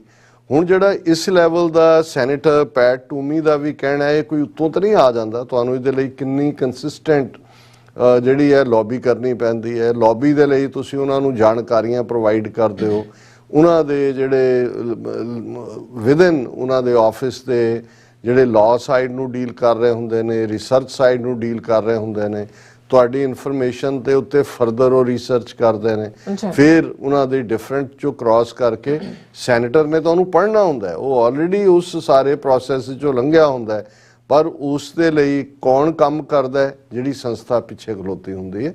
ਔਰ ਇਹ US ਕਾਂਗਰੈਸ਼ਨਲ ਸਿੱਖ ਕਾਕਸ ਦੀ ਬਦੌਲਤ ਹੈ। ਔਰ ਇਹ ਨਹੀਂ ਹੈ ਕਿ ਵੀ ਪਹਿਲੀ ਵਾਰ ਇਹ ਕੋਈ ਸਟੇਟਮੈਂਟ ਸੈਨੇਟਰ ਪੈਟ ਟੂਮੀ ਨੇ ਦਿੱਤੀ। 2019 ਦੇ ਵਿੱਚ ਜਦੋਂ ਗੁਰੂ ਨਾਨਕ ਸਾਹਿਬ ਦਾ 550 ਸਾਲਾ ਪ੍ਰਕਾਸ਼ ਪੁਰਬ ਸੀ, ਪਹਿਲੀ ਵਾਰ ਅਮਰੀਕਾ ਦੀ ਸੈਨੇਟ 'ਚ ਹੋਇਆ ਕਿ ਗੁਰੂ ਨਾਨਕ ਸਾਹਿਬ ਦੀ ਯਾਦ ਨੂੰ ਸਮਰਪਿਤ 550ਵੇਂ ਵਰ੍ਹੇ ਨੂੰ ਮੁੱਖ ਰੱਖਦੇ ਆ ਸੈਨੇਟ ਦੇ ਵਿੱਚ ਜਿਹੜੀ ਕਾਰਵਾਈ ਆ ਉਹ ਸਿੱਖ ਅਰਦਾਸ ਦੇ ਨਾਲ ਹੋਈ। ਔਰ ਦਰਸ਼ਕ ਬੈਕਗ੍ਰਾਉਂਡ ਦੇ ਵਿੱਚ ਮੈਂ ਟੈਕਨੀਕਲ ਟੀਮ ਨੂੰ ਕਹਾਂਗਾ ਕਿ ਵੀ ਦਿਖਾ ਦੇਣ, ਉਸ ਦੇ ਨਾਲ ਹੋਈ। ਔਰ ਜਿਵੇਂ ਸੈਨੇਟਰ ਨੇ ਇਸ ਸਾਰੇ ਨੂੰ ਰੈਕਗਨਾਈਜ਼ ਕੀਤਾ ਖਲੋ ਕੇ ਸੈਨੇਟ ਦੇ ਵਿੱਚ, ਇਹ ਬਹੁਤ ਵੱਡੀ ਗੱਲ ਸੀ। 550 ਸਾਲਾਂ ਦਾ ਦੀ ਸਭ ਤੋਂ ਵੱਡੀ ਟ੍ਰਿਬਿਊਟ ਸੀ ਸੈਨੇਟ ਵੱਲੋਂ। ਔਰ ਇਸ ਸਾਰੇ ਦੇ ਚੱਲਦਿਆਂ ਜਿਹੜਾ ਸੈਨੇਟਰ ਟੂਮੀ ਸਿੱਖਾਂ ਦੇ ਨਾਲ, ਕਿਉਂਕਿ ਪੈਨਸਿਲਵੇਨੀਆ ਦੇ ਵਿੱਚ ਸਿੱਖ ਐਕਟਿਵਿਸਟ ਨੇ ਜਿਹੜੇ US ਕਾਂਗਰੈਸ਼ਨਲ ਸਿੱਖ ਕਾਕਸ ਦੀ ਬਿਡਿੰਗ ਦੇ ਉੱਤੇ ਜਾਂ ਆਪਣੇ ਤੌਰ ਦੇ ਉੱਤੇ ਵੀ ਉਹ ਕੰਮ ਕਰਦੇ ਨੇ। ਹੁਣ ਐਸਾ ਕੀ ਕਿਹਾ ਪੈਟ ਟੂਮੀ ਨੇ, ਕਿਉਂਕਿ ਇਹਦੇ 'ਚ ਅਮਰੀਕਾ ਜਿਹੜਾ ਇਸ ਵੇਲੇ ਦੁਨੀਆ ਨੂੰ ਡਿਕਟੇਟ ਕਰਦਾ ਹੈ ਫਤਵੇ ਕਿ ਕੀ ਕਿਹਨੇ ਕਰਨਾ ਹੈ, ਉਹ ਸੈਨੇਟ ਦੇ ਵਿੱਚ ਖਲੋ ਕੇ। ਔਰ ਜਿਹੜੀ ਹੈਡਲਾਈਨ ਵੀ ਦਿੱਤੀ ਹੈ, ਮੈਂ ਦਾ ਹਿੰਦੂ ਦੀ ਸਟੋਰੀ ਡਿਸਕਸ ਕਰਾਂਗਾ ਕਿਉਂਕਿ PTI ਦੀ ਹੀ ਇਹ ਸਟੋਰੀ ਹੈ, ਪ੍ਰੈਸ ਟਰਸਟ ਆਫ ਇੰਡੀਆ ਦੀ। 1984 marks one of the darkest years in modern Indian history, US senator ਕਿ ਅਜੋਕੇ ਭਾਰਤੀ ਇਤਿਹਾਸ ਵਿੱਚ ਜਿਹੜਾ 1984 ਦਾ ਵਰ੍ਹਾ ਉਹ ਸਭ ਤੋਂ ਕਾਲਾ ਸਾਲ ਹੈ। ਔਰ ਉਸ ਸਾਰੇ 'ਚ ਉਹਨੇ ਇਹ ਜਿਹੜੇ ਉਹਨਾਂ ਦੇ ਅਲਫਾਜ਼ ਨੇ ਕਿ ਕਿਵੇਂ ਇਹ ਹੋਇਆ। 1984 marks one of the darkest years in modern Indian history, quote unquote, exact ਲਫ਼ਜ਼ ਸੈਨੇਟਰ ਦੇ। The world watched as several violent incidents broke out among ethnic groups in India, with several notably targeting the Sikh community. उन्होंने कहा जी दुनिया चुप करके, तो उन्हें ये एक इंडाइटमेंट है दुनिया की कम्युनिटी ਲਈ भी कि तुसी, और क्यों ये इसलिए वर्ल्ड वाच्ड है कि ਉਹੀ ਹਫਤਾ ਸੀ ਜਦੋਂ ਕਿ ਦੁਨੀਆ ਦੇ ਸਾਰੇ ਜਿਹੜੇ ਵੱਡੇ ਮੁਲਕਾਂ ਦੇ ਪ੍ਰਾਈਮ ਮਿਨਿਸਟਰ, ਪ੍ਰੈਜ਼ੀਡੈਂਟ ਜਾਂ ਐਂਬੈਸਡਰ ਉਹ ਇੰਦਰਾ ਗਾਂਧੀ ਦੀ ਕ੍ਰਿਮੇਸ਼ਨ 'ਚ ਸ਼ਾਮਲ ਹੋਣ ਲਈ ਦਿੱਲੀ ਲੈਂਡ ਕਰ ਰਹੇ ਸੀ। ਹੁਣ ਵਰਲਡ ਦੇ ਸਾਹਮਣੇ ਹੋ ਰਿਹਾ, ਦਿੱਲੀ 'ਚ ਕੀ ਹੋ ਰਿਹਾ, ਹਜ਼ਾਰਾਂ 8 ਤੋਂ 10 ਹਜ਼ਾਰ ਸਿੱਖ ਤਾਂ ਦਿੱਲੀ 'ਚ ਜਿਉਂਦੇ ਸਾੜ ਦਿੱਤੇ। ਹੁਣ ਦੁਨੀਆ ਦੇ ਲੀਡਰ ਉੱਥੇ ਉਤਰ ਰਹੇ ਨੇ ਔਰ ਇਹ ਜਿਹੜਾ ਉਹ ਸਿੱਖਾਂ ਦੇ ਖੂਨ ਦੀ ਹੋਲੀ ਖੇਡੀ ਜਾ ਰਹੀ ਹੈ। ਐਂਡ ਵਰਲਡ ਵਾਚ ਦੁਨੀਆ ਨੇ ਦੇਖਿਆ, ਇਹ ਉਹਨੇ ਪੁਆਇੰਟ ਆਊਟ ਕੀਤਾ ਕਿ ਭਾਈ ਕਿਵੇਂ ਜਿਹੜਾ ਕਿਵੇਂ ਸਿੱਖਾਂ ਦੇ ਖਿਲਾਫ ਇਹ violence. Today we are here to remember the tragedy that commenced on November 1st, 1984, following decades of ethnic tension between Sikhs in Punjab province and central Indian government. ਹੁਣ ਕੋਈ ਇਹ ਵੀ ਪੁੱਛ ਸਕਦਾ ਹੈ ਕਿ ਵੀ ਇਹ ਜਿਹੜਾ ਜੈਨੋਸਾਈਡ ਵਾਲਾ ਹਫਤਾ ਆ ਰਿਹਾ ਹੈ ਨਵੰਬਰ 1-2, ਇਹ ਤਾਂ ਨੈਕਸਟ ਮੰਥ ਹੈ ਵੀ ਅਕਤੂਬਰ 2 ਨੂੰ ਕਿਉਂ ਸੈਨੇਟਰ ਪੈਟ ਜਿਹੜੇ ਨੇ ਉਹ ਇਸ ਗੱਲ ਨੂੰ ਲਿਆਂਦੇ ਨੇ, ਉਹਦਾ ਰੀਜ਼ਨ ਹੈ ਕਿਉਂਕਿ ਨਵੰਬਰ ਦਾ ਮਹੀਨਾ ਸੈਨੇਟ ਦੇ ਵਿੱਚ ਬਹੁਤ ਸਾਰੀ ਬਿਜ਼ਨਸ ਉਹਨੇ ਅਕਰ ਕਰਨੀ ਹੁੰਦੀ ਹੈ, ਉਹਦੇ 'ਚ ਵਕਤ ਨਹੀਂ ਹੁੰਦਾ। ਔਰ ਉਹਨੇ ਚੁਣਿਆ 2 ਅਕਤੂਬਰ ਦਾ ਦਿਨ ਜਿਹੜਾ ਗਾਂਧੀ ਦੇ ਜੰਮਣ ਦਾ ਦਿਨ ਸੀ ਕਿ ਆ ਲੈ ਲਓ ਇਨਾਮ ਕਿ ਤੁਸੀਂ ਵੱਡੇ ਗਾਂਧੀ ਦਾ ਸੌਦਾ ਇੱਥੇ ਵੇਚਦੇ ਹੋ, ਲੇਕਿਨ ਤੁਸੀਂ ਡਾਰਕੈਸਟ ਪੀਰੀਅਡ ਹੈ 1984 ਦਾ ਸਾਲ ਔਰ ਦੁਨੀਆ ਤਮਾਸ਼ਬੀਨ ਬਣੀ ਰਹੀ ਜਦੋਂ ਹੁਣ ਉਹਨੇ ਫਿਗਰ ਵੀ ਉਹੀ ਦਿੱਤੀ ਹੈ ਜਿਹੜੀ ਠੀਕ ਫਿਗਰ ਹੈ। Today we are here to remember the tragedy that commenced on November 1st, 1984 following the decades of ethnic tension between Sikhs and ਹੁਣ ਉਹਨੇ ਇਹ ਵੀ ਬਿਲਕੁਲ ਕਲੀਅਰ ਕਰਤਾ ਵੀ 1984 ਨੂੰ ਤੁਸੀਂ ਆਪਣੇ ਤੌਰ ਤੇ ਕੱਲਾ ਨਹੀਂ ਦੇਖ ਸਕਦੇ, ਡੈਕੇਡਸ ਕਈ ਦਹਾਕੇ ਸਿੱਖਾਂ ਦੀ ਸਟਰਗਲ ਚੱਲੀ ਇੰਡੀਅਨ ਗਵਰਨਮੈਂਟ ਦੇ ਨਾਲ ਔਰ ਬਜਾਏ ਕਿ ਉਸ ਦੇ ਕਿ ਉਹਨਾਂ ਦੀਆਂ ਜਿਹੜੀਆਂ ਜੈਨੂਇਨ ਮੰਗਾਂ ਨੇ ਸਿੱਖਾਂ ਦੀ ਉਹ ਮੰਨੀਆਂ ਜਾਂਦੀਆਂ। ਜ਼ਾਹਰ ਹੈ ਫੌਜੀ ਹਮਲਾ ਹੋਇਆ, ਉਹਦੇ ਬਦਲੇ ਇੰਦਰਾ ਗਾਂਧੀ ਮਾਰੀ ਗਈ 2 ਸਿੱਖ ਨੌਜਵਾਨਾਂ ਵੱਲੋਂ, ਸ਼ਹੀਦ ਬਿਆਨ ਸਿੰਘ ਸਤਵੰਤ ਸਿੰਘ ਵੱਲੋਂ। ਔਰ ਇਹ ਰਿਮੈਂਬਰ ਕਰਾ ਰਿਹਾ ਹੈ ਸੈਨੇਟਰ ਪੈਟ ਕਿ ਬਈ ਇਹ ਓਵਰਨਾਈਟ ਵਾਪਰੀ ਘਟਨਾ ਨਹੀਂ ਸੀ, ਕਈ ਦਹਾਕਿਆਂ ਦੀ ਜਿਹੜੀ ਹੈ ਉਹ ਸਿੱਖਾਂ ਦੀ ਸਟਰਗਲ ਸੀ ਜਾਂ ਐਥਨਿਕ ਪੰਜਾਬ ਪ੍ਰੋਵਿੰਸ ਔਰ ਸੈਂਟਰਲ ਜੰਗ ਹਿੰਦ ਪੰਜਾਬ ਸੀ ਕਹਿਣ ਦਾ ਮਤਲਬ ਹੈ। As so often in such cases, the official estimates likely do not tell the whole story. ਹੁਣ ਇਹ ਵੀ ਕਹਿ ਰਿਹਾ ਵੀ ਜਿਹੜੇ ਜੋ ਨਵੰਬਰ 84 ਚ ਮਾਰੇ ਗਏ ਸਰਕਾਰੀ ਅੰਕੜੇ ਬਿਲਕੁਲ ਤੁਹਾਨੂੰ ਸੱਚ ਨਹੀਂ ਦੱਸਣਗੇ। But it is estimated that over 30,000 Sikh men, women and children were deliberately targeted, raped, slaughtered and displaced by mobs across India, said the senator from Pennsylvania.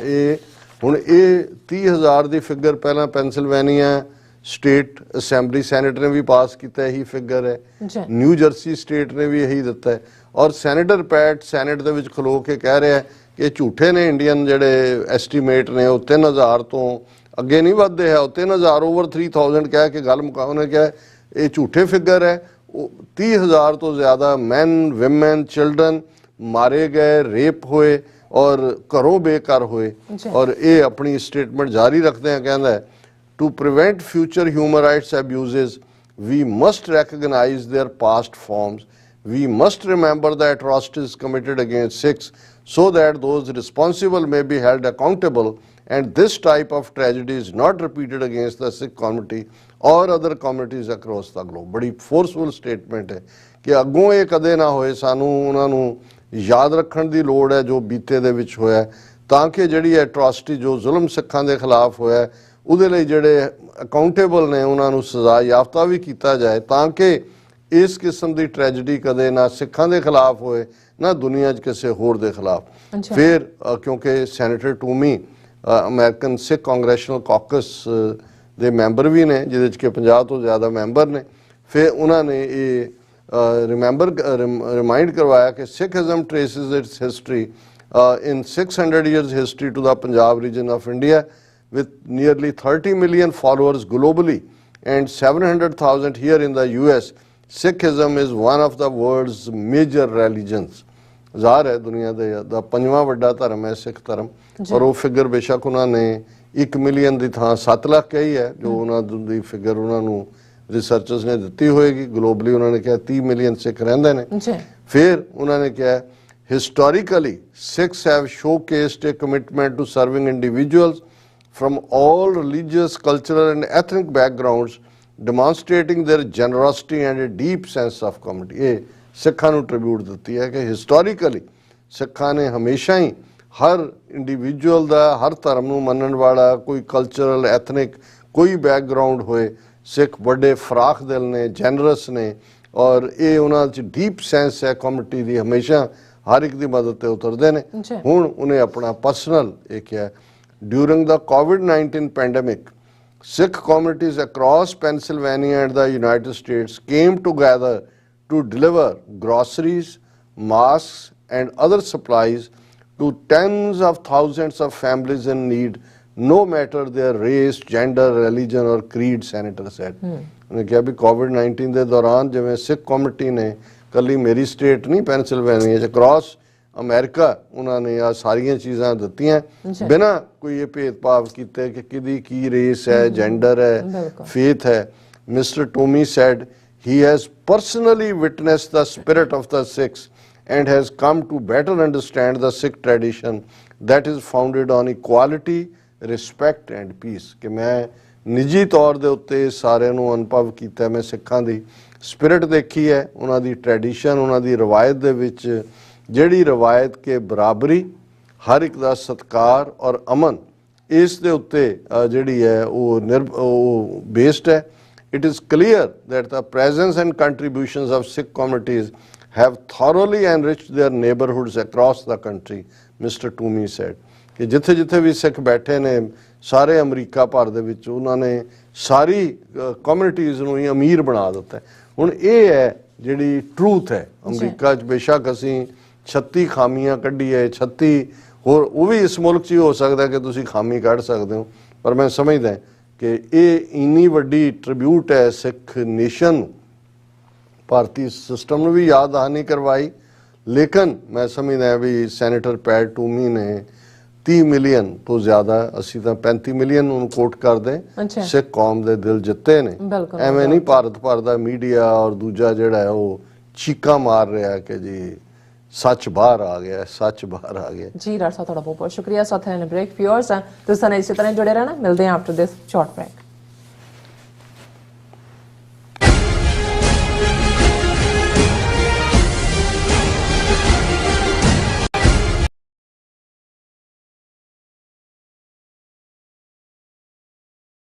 ਇੱਕ ਓੰਕਾਰ,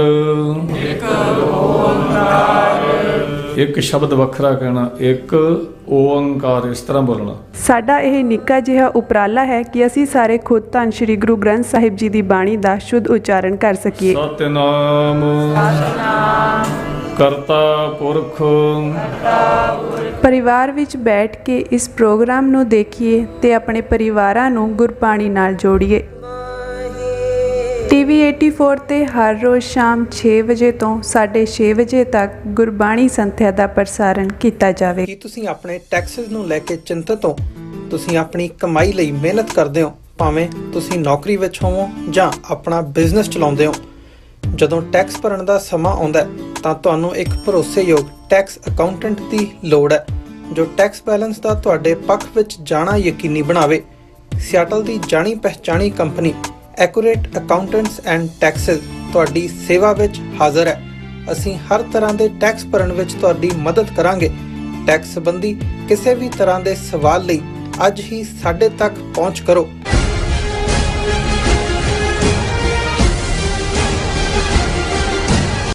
viewers welcome back from program. So viewers ਗੱਲਬਾਤ ਕਰਨ ਜਾ ਰਹੇ ਹਾਂ ਕਿ ਭਾਰਤ ਦੇ ਪ੍ਰਧਾਨ ਮੰਤਰੀ ਮੋਦੀ ਇੱਕ ਵਾਰ ਫਿਰ ਲਤੀਫਿਆਂ ਦੀ ਜ਼ਦ ਵਿੱਚ ਹਨ। ਮੋਦੀ ਨੇ ਯੂਕਰੇਨ ਦੇ ਪ੍ਰੈਜ਼ੀਡੈਂਟ ਜ਼ੈਲੈਂਸਕੀ ਨਾਲ ਟੈਲੀਫੋਨ ਤੇ ਗੱਲਬਾਤ ਕਰਦਿਆਂ ਰੂਸ ਨਾਲ ਜੰਗ ਰੋਕਣ ਲਈ ਵਿਚੋਲਗੀ ਦੀ ਪੇਸ਼ਕਸ਼ ਕੀਤੀ ਹੈ। ਜਾਣਕਾਰ ਹਲਕੇ ਪੁੱਛਦੇ ਹਨ ਕਿ ਮੋਦੀ ਦੇ ਆਪਣੇ ਪੱਲੇ ਕੀ ਹੈ। ਸੋ ਇਸ ਬਾਰੇ ਆਪਾਂ ਗੱਲਬਾਤ ਕਰਨ ਜਾ ਰਹੇ ਹਾਂ। ਸੋ ਅਸੀਂ ਚਾਹਾਂਗੇ ਕਿ ਤੁਸੀਂ ਨਾਲ ਇਸੇ ਤਰ੍ਹਾਂ ਜੁੜੇ ਰਹਿਣਾ। ਦੇਖਣ ਸੁਣਨੇ ਐਂਡ ਲਿਖਣ ਲਈ ਤੁਹਾਡਾ ਸਭ ਦਾ ਬਹੁਤ ਬਹੁਤ ਸ਼ੁਕਰੀਆ। ਜੀ ਡਾਕਟਰ ਸਾਹਿਬ ਕੀ ਵਿਚਾਰ ਹਨ? ਦੇਖੋ, ਜਦੋਂ ਮੈਂ ਇਹ ਖਬਰ ਦਾ ਟਾਈਟਲ ਹੀ ਦੇਖਿਆ ਤੇ ਮੈਨੂੰ ਥੋੜਾ ਜਿਹਾ ਮਜ਼ਾਹੀਆ ਅੰਦਾਜ਼ ਵੀ ਸੁਝਿਆ ਔਰ ਮਨ ਦੇ ਵਿੱਚ ਕਈ ਅਖਾਣ ਵੀ ਘੁੰਮੇ।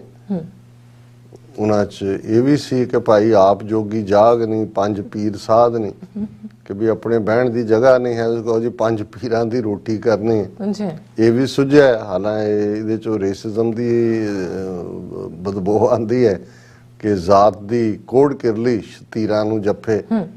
ਫਿਰ ਉਹਨਾਂ ਦੀ ਆਪਣੀ ਔਕਾਤ ਦੇਖਦੇ ਆ ਮੈਨੂੰ ਇਹ ਆਇਆ ਕਿ ਵੀ ਇਹ ਗੰਜੀ ਨੇ ਨਹਾਉਣਾ ਕੀ ਹੈ ਤੇ ਨਿਚੋੜਨਾ ਕੀ ਹੈ, ਇਹਨਾਂ ਦੇ ਆਪਣੇ ਪੱਲੇ ਕੀ ਹੈ ਕਿ ਇਹ ਇਸ ਕਿਸਮ ਦੀ ਪੇਸ਼ਕਸ਼ ਵੀ ਕਰ ਰਿਹਾ ਔਰ ਆਪ ਝੂਠੇ ਬੰਦੇ। ਔਰ ਅਸੀਂ ਇੱਕ ਸੈਗਮੈਂਟ ਕੀਤਾ ਸੀ ਕਿ ਕਿਵੇਂ ਇੰਡੀਆ ਦੀ ਹਿਪੋਕ੍ਰੇਸੀ UN ਸਿਕਿਉਰਿਟੀ ਕੌਂਸਲ ਦੀ ਜਿਹੜੀ ਲੇਟੈਸਟ ਵੋਟਿੰਗ ਸੀ ਜਿਹਦੇ 'ਚ ਅਮਰੀਕਾ ਨੇ ਜਿਹੜੇ 4 ਪ੍ਰੋਵਿੰਸਿਸ ਰਸ਼ੀਆ ਨੇ ਕਬਜ਼ਾ ਕੀਤਾ ਜ਼ਬਰਦਸਤੀ ਯੂਕਰੇਨ ਦੇ ਏਰੀਏ ਤੇ, ਉਸ 'ਚ ਜ਼ਬਰਦਸਤੀ ਰੈਫਰੈਂਡਮ ਕਰਵਾ ਕੇ with using the barrel of the gun ਔਰ ਉਹਨਾਂ ਨੇ ਕਿਹਾ ਕਿ ਵੀ ਉਹਨੂੰ ਨਕਾਰੋ ਔਰ ਭਾਰਤ ਉਹਦੇ 'ਚ ਐਬਸਟੇਨ ਕੀਤਾ ਜੀ ਹੁਣ ਇਹ ਕਿਤੇ ਨਾ ਕਿਤੇ ਗਿਲਟ ਵੀ ਚੱਲ ਰਿਹਾ ਹੈ, ਕਿਤੇ ਨਾ ਕਿਤੇ ਉਹਨਾਂ ਦਾ ਆਪਣਾ ਜਲੂਸ ਵੀ ਨਿਕਲ ਰਿਹਾ ਹੈ। ਇੱਕ ਪਾਸੇ ਉਹ ਅਮਰੀਕਾ ਤੋਂ ਇਹ ਬਿਆਨ ਦਿਵਾਉਂਦਾ ਹੈ ਕਿ ਜੀ ਜਿਹੜਾ ਚਾਈਨਾ ਨੇ LAC ਦੇ ਉੱਤੇ ਟੈਨਸ਼ਨ ਕ੍ਰੀਏਟ ਕੀਤੀ ਜਾਂ ਸਾਡਾ ਇਲਾਕਾ ਲੈ ਲਿਆ, ਪਰ ਦੂਸਰੇ ਪਾਸੇ ਜਦੋਂ ਉਹੀ ਕੰਮ ਰਸ਼ੀਆ ਨਾ ਸਿਰਫ ਕਰਦਾ ਹੈ ਸਗੋਂ ਜਿਸ ਇਲਾਕੇ ਨੂੰ ਉਹਨੇ ਕਬਜ਼ਾ ਕੀਤਾ ਉਸ ਦੇ ਉੱਤੇ ਰੈਫਰੈਂਡਮ ਦੇ ਨਾਂ ਥੱਲੇ ਜਿਹੜਾ ਉਹ ਮੋਹਰ ਵੀ ਲਵਾ ਲੈਂਦਾ। ਪਰ ਦੂਸਰੇ ਪਾਸੇ ਜੇ ਸਿੱਖ ਰੈਫਰੈਂਡਮ 2020 ਹੁੰਦਾ ਜਿਹੜਾ ਜਿਹਨੂੰ ਕੈਨੇਡਾ ਗਵਰਨਮੈਂਟ ਕਹਿੰਦੀ ਹੈ ਵੀ ਅਸੀਂ ਤਾਂ ਰੈਕਗਨਾਈਜ਼ ਨਹੀਂ ਕਰਦੇ ਔਰ ਪਰ ਅਸੀਂ ਰੋਕ ਨਹੀਂ ਸਕਦੇ ਕਿਉਂਕਿ ਪੀਸਫੁਲ ਹੈ, ਤਾਂ ਕੈਨੇਡਾ ਦੇ ਨਾਲ ਉਹ ਡਿਪਲੋਮੈਟਿਕ ਟਿਫ ਖੜੀ ਕਰ ਲੈਂਦਾ, ਐਡਵਾਈਜ਼ਰੀ ਜਾਰੀ ਕਰਦਾ। ਸੋ ਮੈਨੂੰ ਇਹ ਲੱਗਦਾ ਹੈ ਕਿ ਵੀ ਇਹਨਾਂ ਨੂੰ ਜਿਹੜੀ ਉਹ ਕੱਲ ਗੱਲ ਕਹੀ ਸੀ ਕਿ ਵਕਤੋਂ ਖੁੰਝੀ ਡੂਮਣੀ ਗਾਵੇ ਆਲ ਪਤਾਲ, ਉਹੀ ਜ਼ਿਆਦਾ ਢੁਕਦਾ। ਔਰ ਇਹ ਖਬਰ ਹੈ ਕਿ ਜੀ ਮੋਦੀ ਨੇ ਜਿਹੜਾ ਉਹ ਜ਼ੈਲੈਂਸਕੀ ਯੂਕਰੇਨ ਦੇ ਪ੍ਰੈਜ਼ੀਡੈਂਟ ਦੇ ਨਾਲ ਤਰਲੇ ਕਰਕੇ ਕਿਹਾ ਹੋਣਾ ਵੀ ਗੱਲ, ਕਿਉਂਕਿ ਇਸ ਵੇਲੇ ਯੂਕਰੇਨ ਕਾਫੀ ਗੁੱਸੇ 'ਚ ਹੈ ਇੰਡੀਆ ਬਾਰੇ। ਔਰ ਜਿਵੇਂ ਅਸੀਂ ਜਿਹੜੀਆਂ ਸਿੱਖ ਐਕਟਿਵਿਸਟ ਉੱਥੇ ਹਿਊਮੈਨਿਟੇਰੀਅਨ ਰਿਲੀਫ ਦਿੰਦੇ ਨੇ ਉੱਥੇ ਉਹਨਾਂ ਨੇ ਉੱਤੇ ਹੀ ਲਿਖਿਆ ਹੋਇਆ nobody with the Indian passport, ਉਹਨਾਂ ਨੂੰ ਵੜਨ ਵੀ ਨਹੀਂ ਦਿੰਦੇ।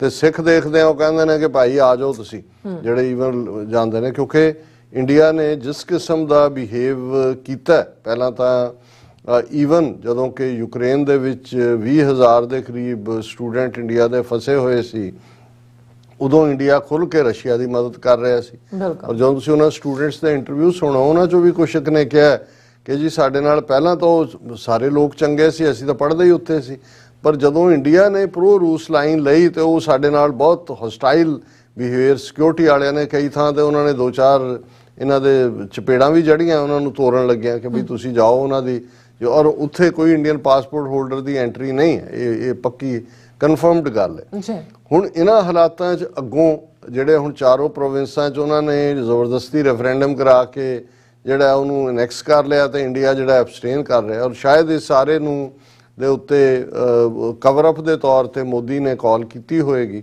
ਪਰ ਉਹਦੇ 'ਚ ਉਹ ਮੋਦੀ ਇਹ ਕਹਿ ਰਿਹਾ ਕਿ ਜੀ ਅਸੀਂ ਜਿਹੜਾ ਇਹਨਾਂ ਦੀ ਖਬਰ ਹੈ Russia Ukraine war, PM Modi offers Zelensky Indian mediation to end conflict with Russia, ਕਿ ਜੀ ਅਸੀਂ ਵਿਚੋਲਗੀ ਕਰਨ ਨੂੰ ਤਿਆਰ ਹੈ ਇਸ ਕਨਫਲਿਕਟ ਨੂੰ ਐਂਡ ਕਰਨ ਦੇ ਲਈ।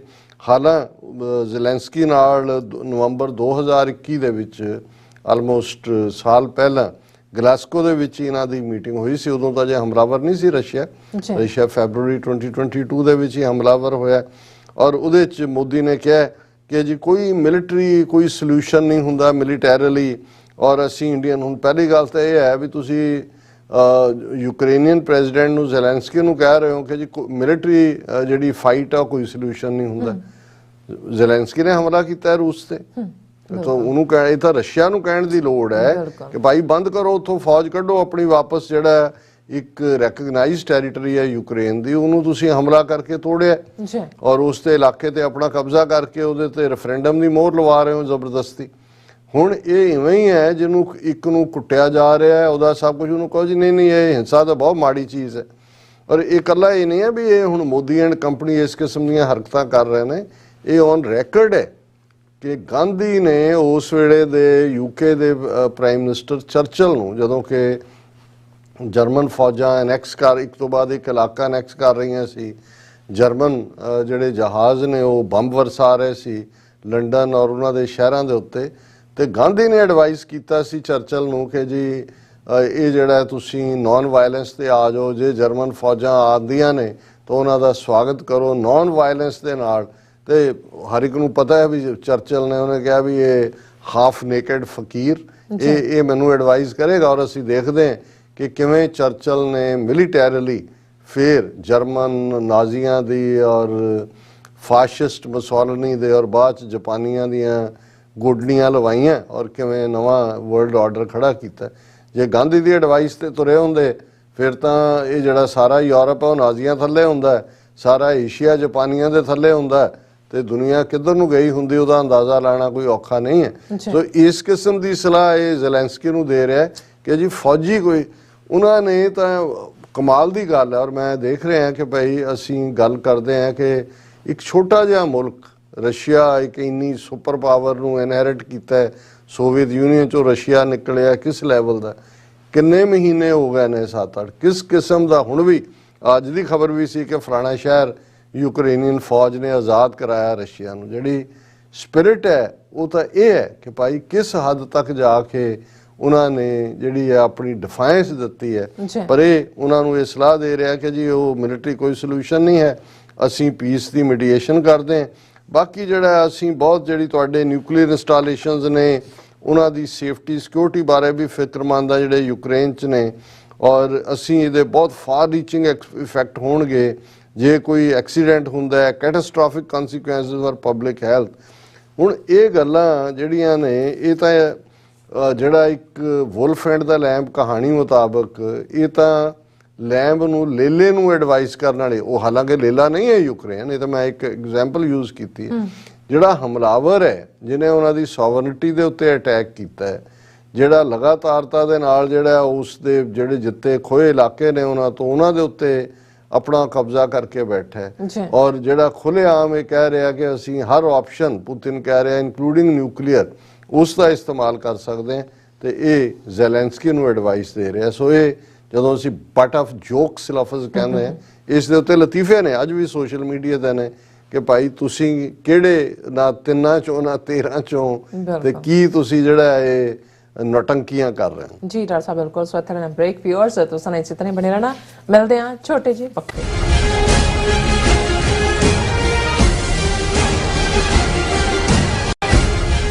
ਮਿਡਵੈਸਟ ਦੀਆਂ ਸਮੂਹ ਸਿੱਖ ਸੰਗਤਾਂ, ਗੁਰੂ ਘਰ ਕਮੇਟੀਆਂ ਅਤੇ ਪੰਥਕ ਜਥੇਬੰਦੀਆਂ ਦੇ ਸਹਿਯੋਗ ਨਾਲ ਸਿੱਖ ਸੁਸਾਇਟੀ ਆਫ ਇੰਡੀਆਨਾ ਵੱਲੋਂ ਗੁਰੂ ਗ੍ਰੰਥ ਸਾਹਿਬ ਜੀ ਦੇ ਪਹਿਲੇ ਪ੍ਰਕਾਸ਼ ਦਿਹਾੜੇ ਨੂੰ ਸਮਰਪਿਤ ਨਗਰ ਕੀਰਤਨ 15 ਅਕਤੂਬਰ 2022 ਦਿਨ ਸ਼ਨੀਵਾਰ ਨੂੰ ਦੁਪਹਿਰ 12 ਵਜੇ ਵਾਰ ਮੈਮੋਰੀਅਲ ਪਾਰਕ ਇੰਡੀਅਨੈਪੋਲਿਸ ਵਿਖੇ ਕੱਢਿਆ ਜਾ ਰਿਹਾ ਹੈ। ਪੰਥ ਦੇ ਮਹਾਨ ਕੀਰਤਨੀਏ, ਕਥਾਵਾਚਕ ਅਤੇ ਪੰਥਕ ਆਗੂ ਹਾਜ਼ਰੀ ਭਰਨਗੇ। ਸੰਗਤਾਂ ਨੂੰ ਇਸ ਨਗਰ ਕੀਰਤਨ ਵਿੱਚ ਹਾਜ਼ਰੀ ਲਵਾਉਣ ਲਈ ਬੇਨਤੀ ਕੀਤੀ ਜਾਂਦੀ ਹੈ। ਵਧੇਰੇ ਜਾਣਕਾਰੀ ਲਈ ਤੁਸੀਂ ਹੇਠ ਦਿੱਤੇ ਨੰਬਰਾਂ ਤੇ ਸੰਪਰਕ ਕਰ ਸਕਦੇ ਹੋ। ਗੁਰ ਕਾ ਦਰਸ਼ਨ ਦੇਖ ਦੇਖ ਜੀ, ਇੱਕ ਓੰਕਾਰ, ਇੱਕ ਸ਼ਬਦ ਵੱਖਰਾ ਕਹਿਣਾ, ਇੱਕ ਓੰਕਾਰ, ਇਸ ਤਰ੍ਹਾਂ ਬੋਲਣਾ। ਸਾਡਾ ਇਹ ਨਿੱਕਾ ਜਿਹਾ ਉਪਰਾਲਾ ਹੈ ਕਿ ਅਸੀਂ ਸਾਰੇ ਖੁਦ ਧੰਨ ਸ਼੍ਰੀ ਗੁਰੂ ਗ੍ਰੰਥ ਸਾਹਿਬ ਜੀ ਦੀ ਬਾਣੀ ਦਾ ਸ਼ੁੱਧ ਉਚਾਰਨ ਕਰ ਸਕੀਏ। ਸਤਿਨਾਮ ਕਰਤਾ ਪੁਰਖ। ਪਰਿਵਾਰ ਵਿੱਚ ਬੈਠ ਕੇ ਇਸ ਪ੍ਰੋਗਰਾਮ ਨੂੰ ਦੇਖੀਏ ਤੇ ਆਪਣੇ ਪਰਿਵਾਰਾਂ ਨੂੰ ਗੁਰਬਾਣੀ ਨਾਲ ਜੋੜੀਏ। TV 84 ਤੇ ਹਰ ਰੋਜ਼ ਸ਼ਾਮ 6 ਵਜੇ ਤੋਂ 6:30 ਵਜੇ ਤੱਕ ਗੁਰਬਾਣੀ ਸੰਥਿਆ ਦਾ ਪ੍ਰਸਾਰਣ ਕੀਤਾ ਜਾਵੇਗਾ।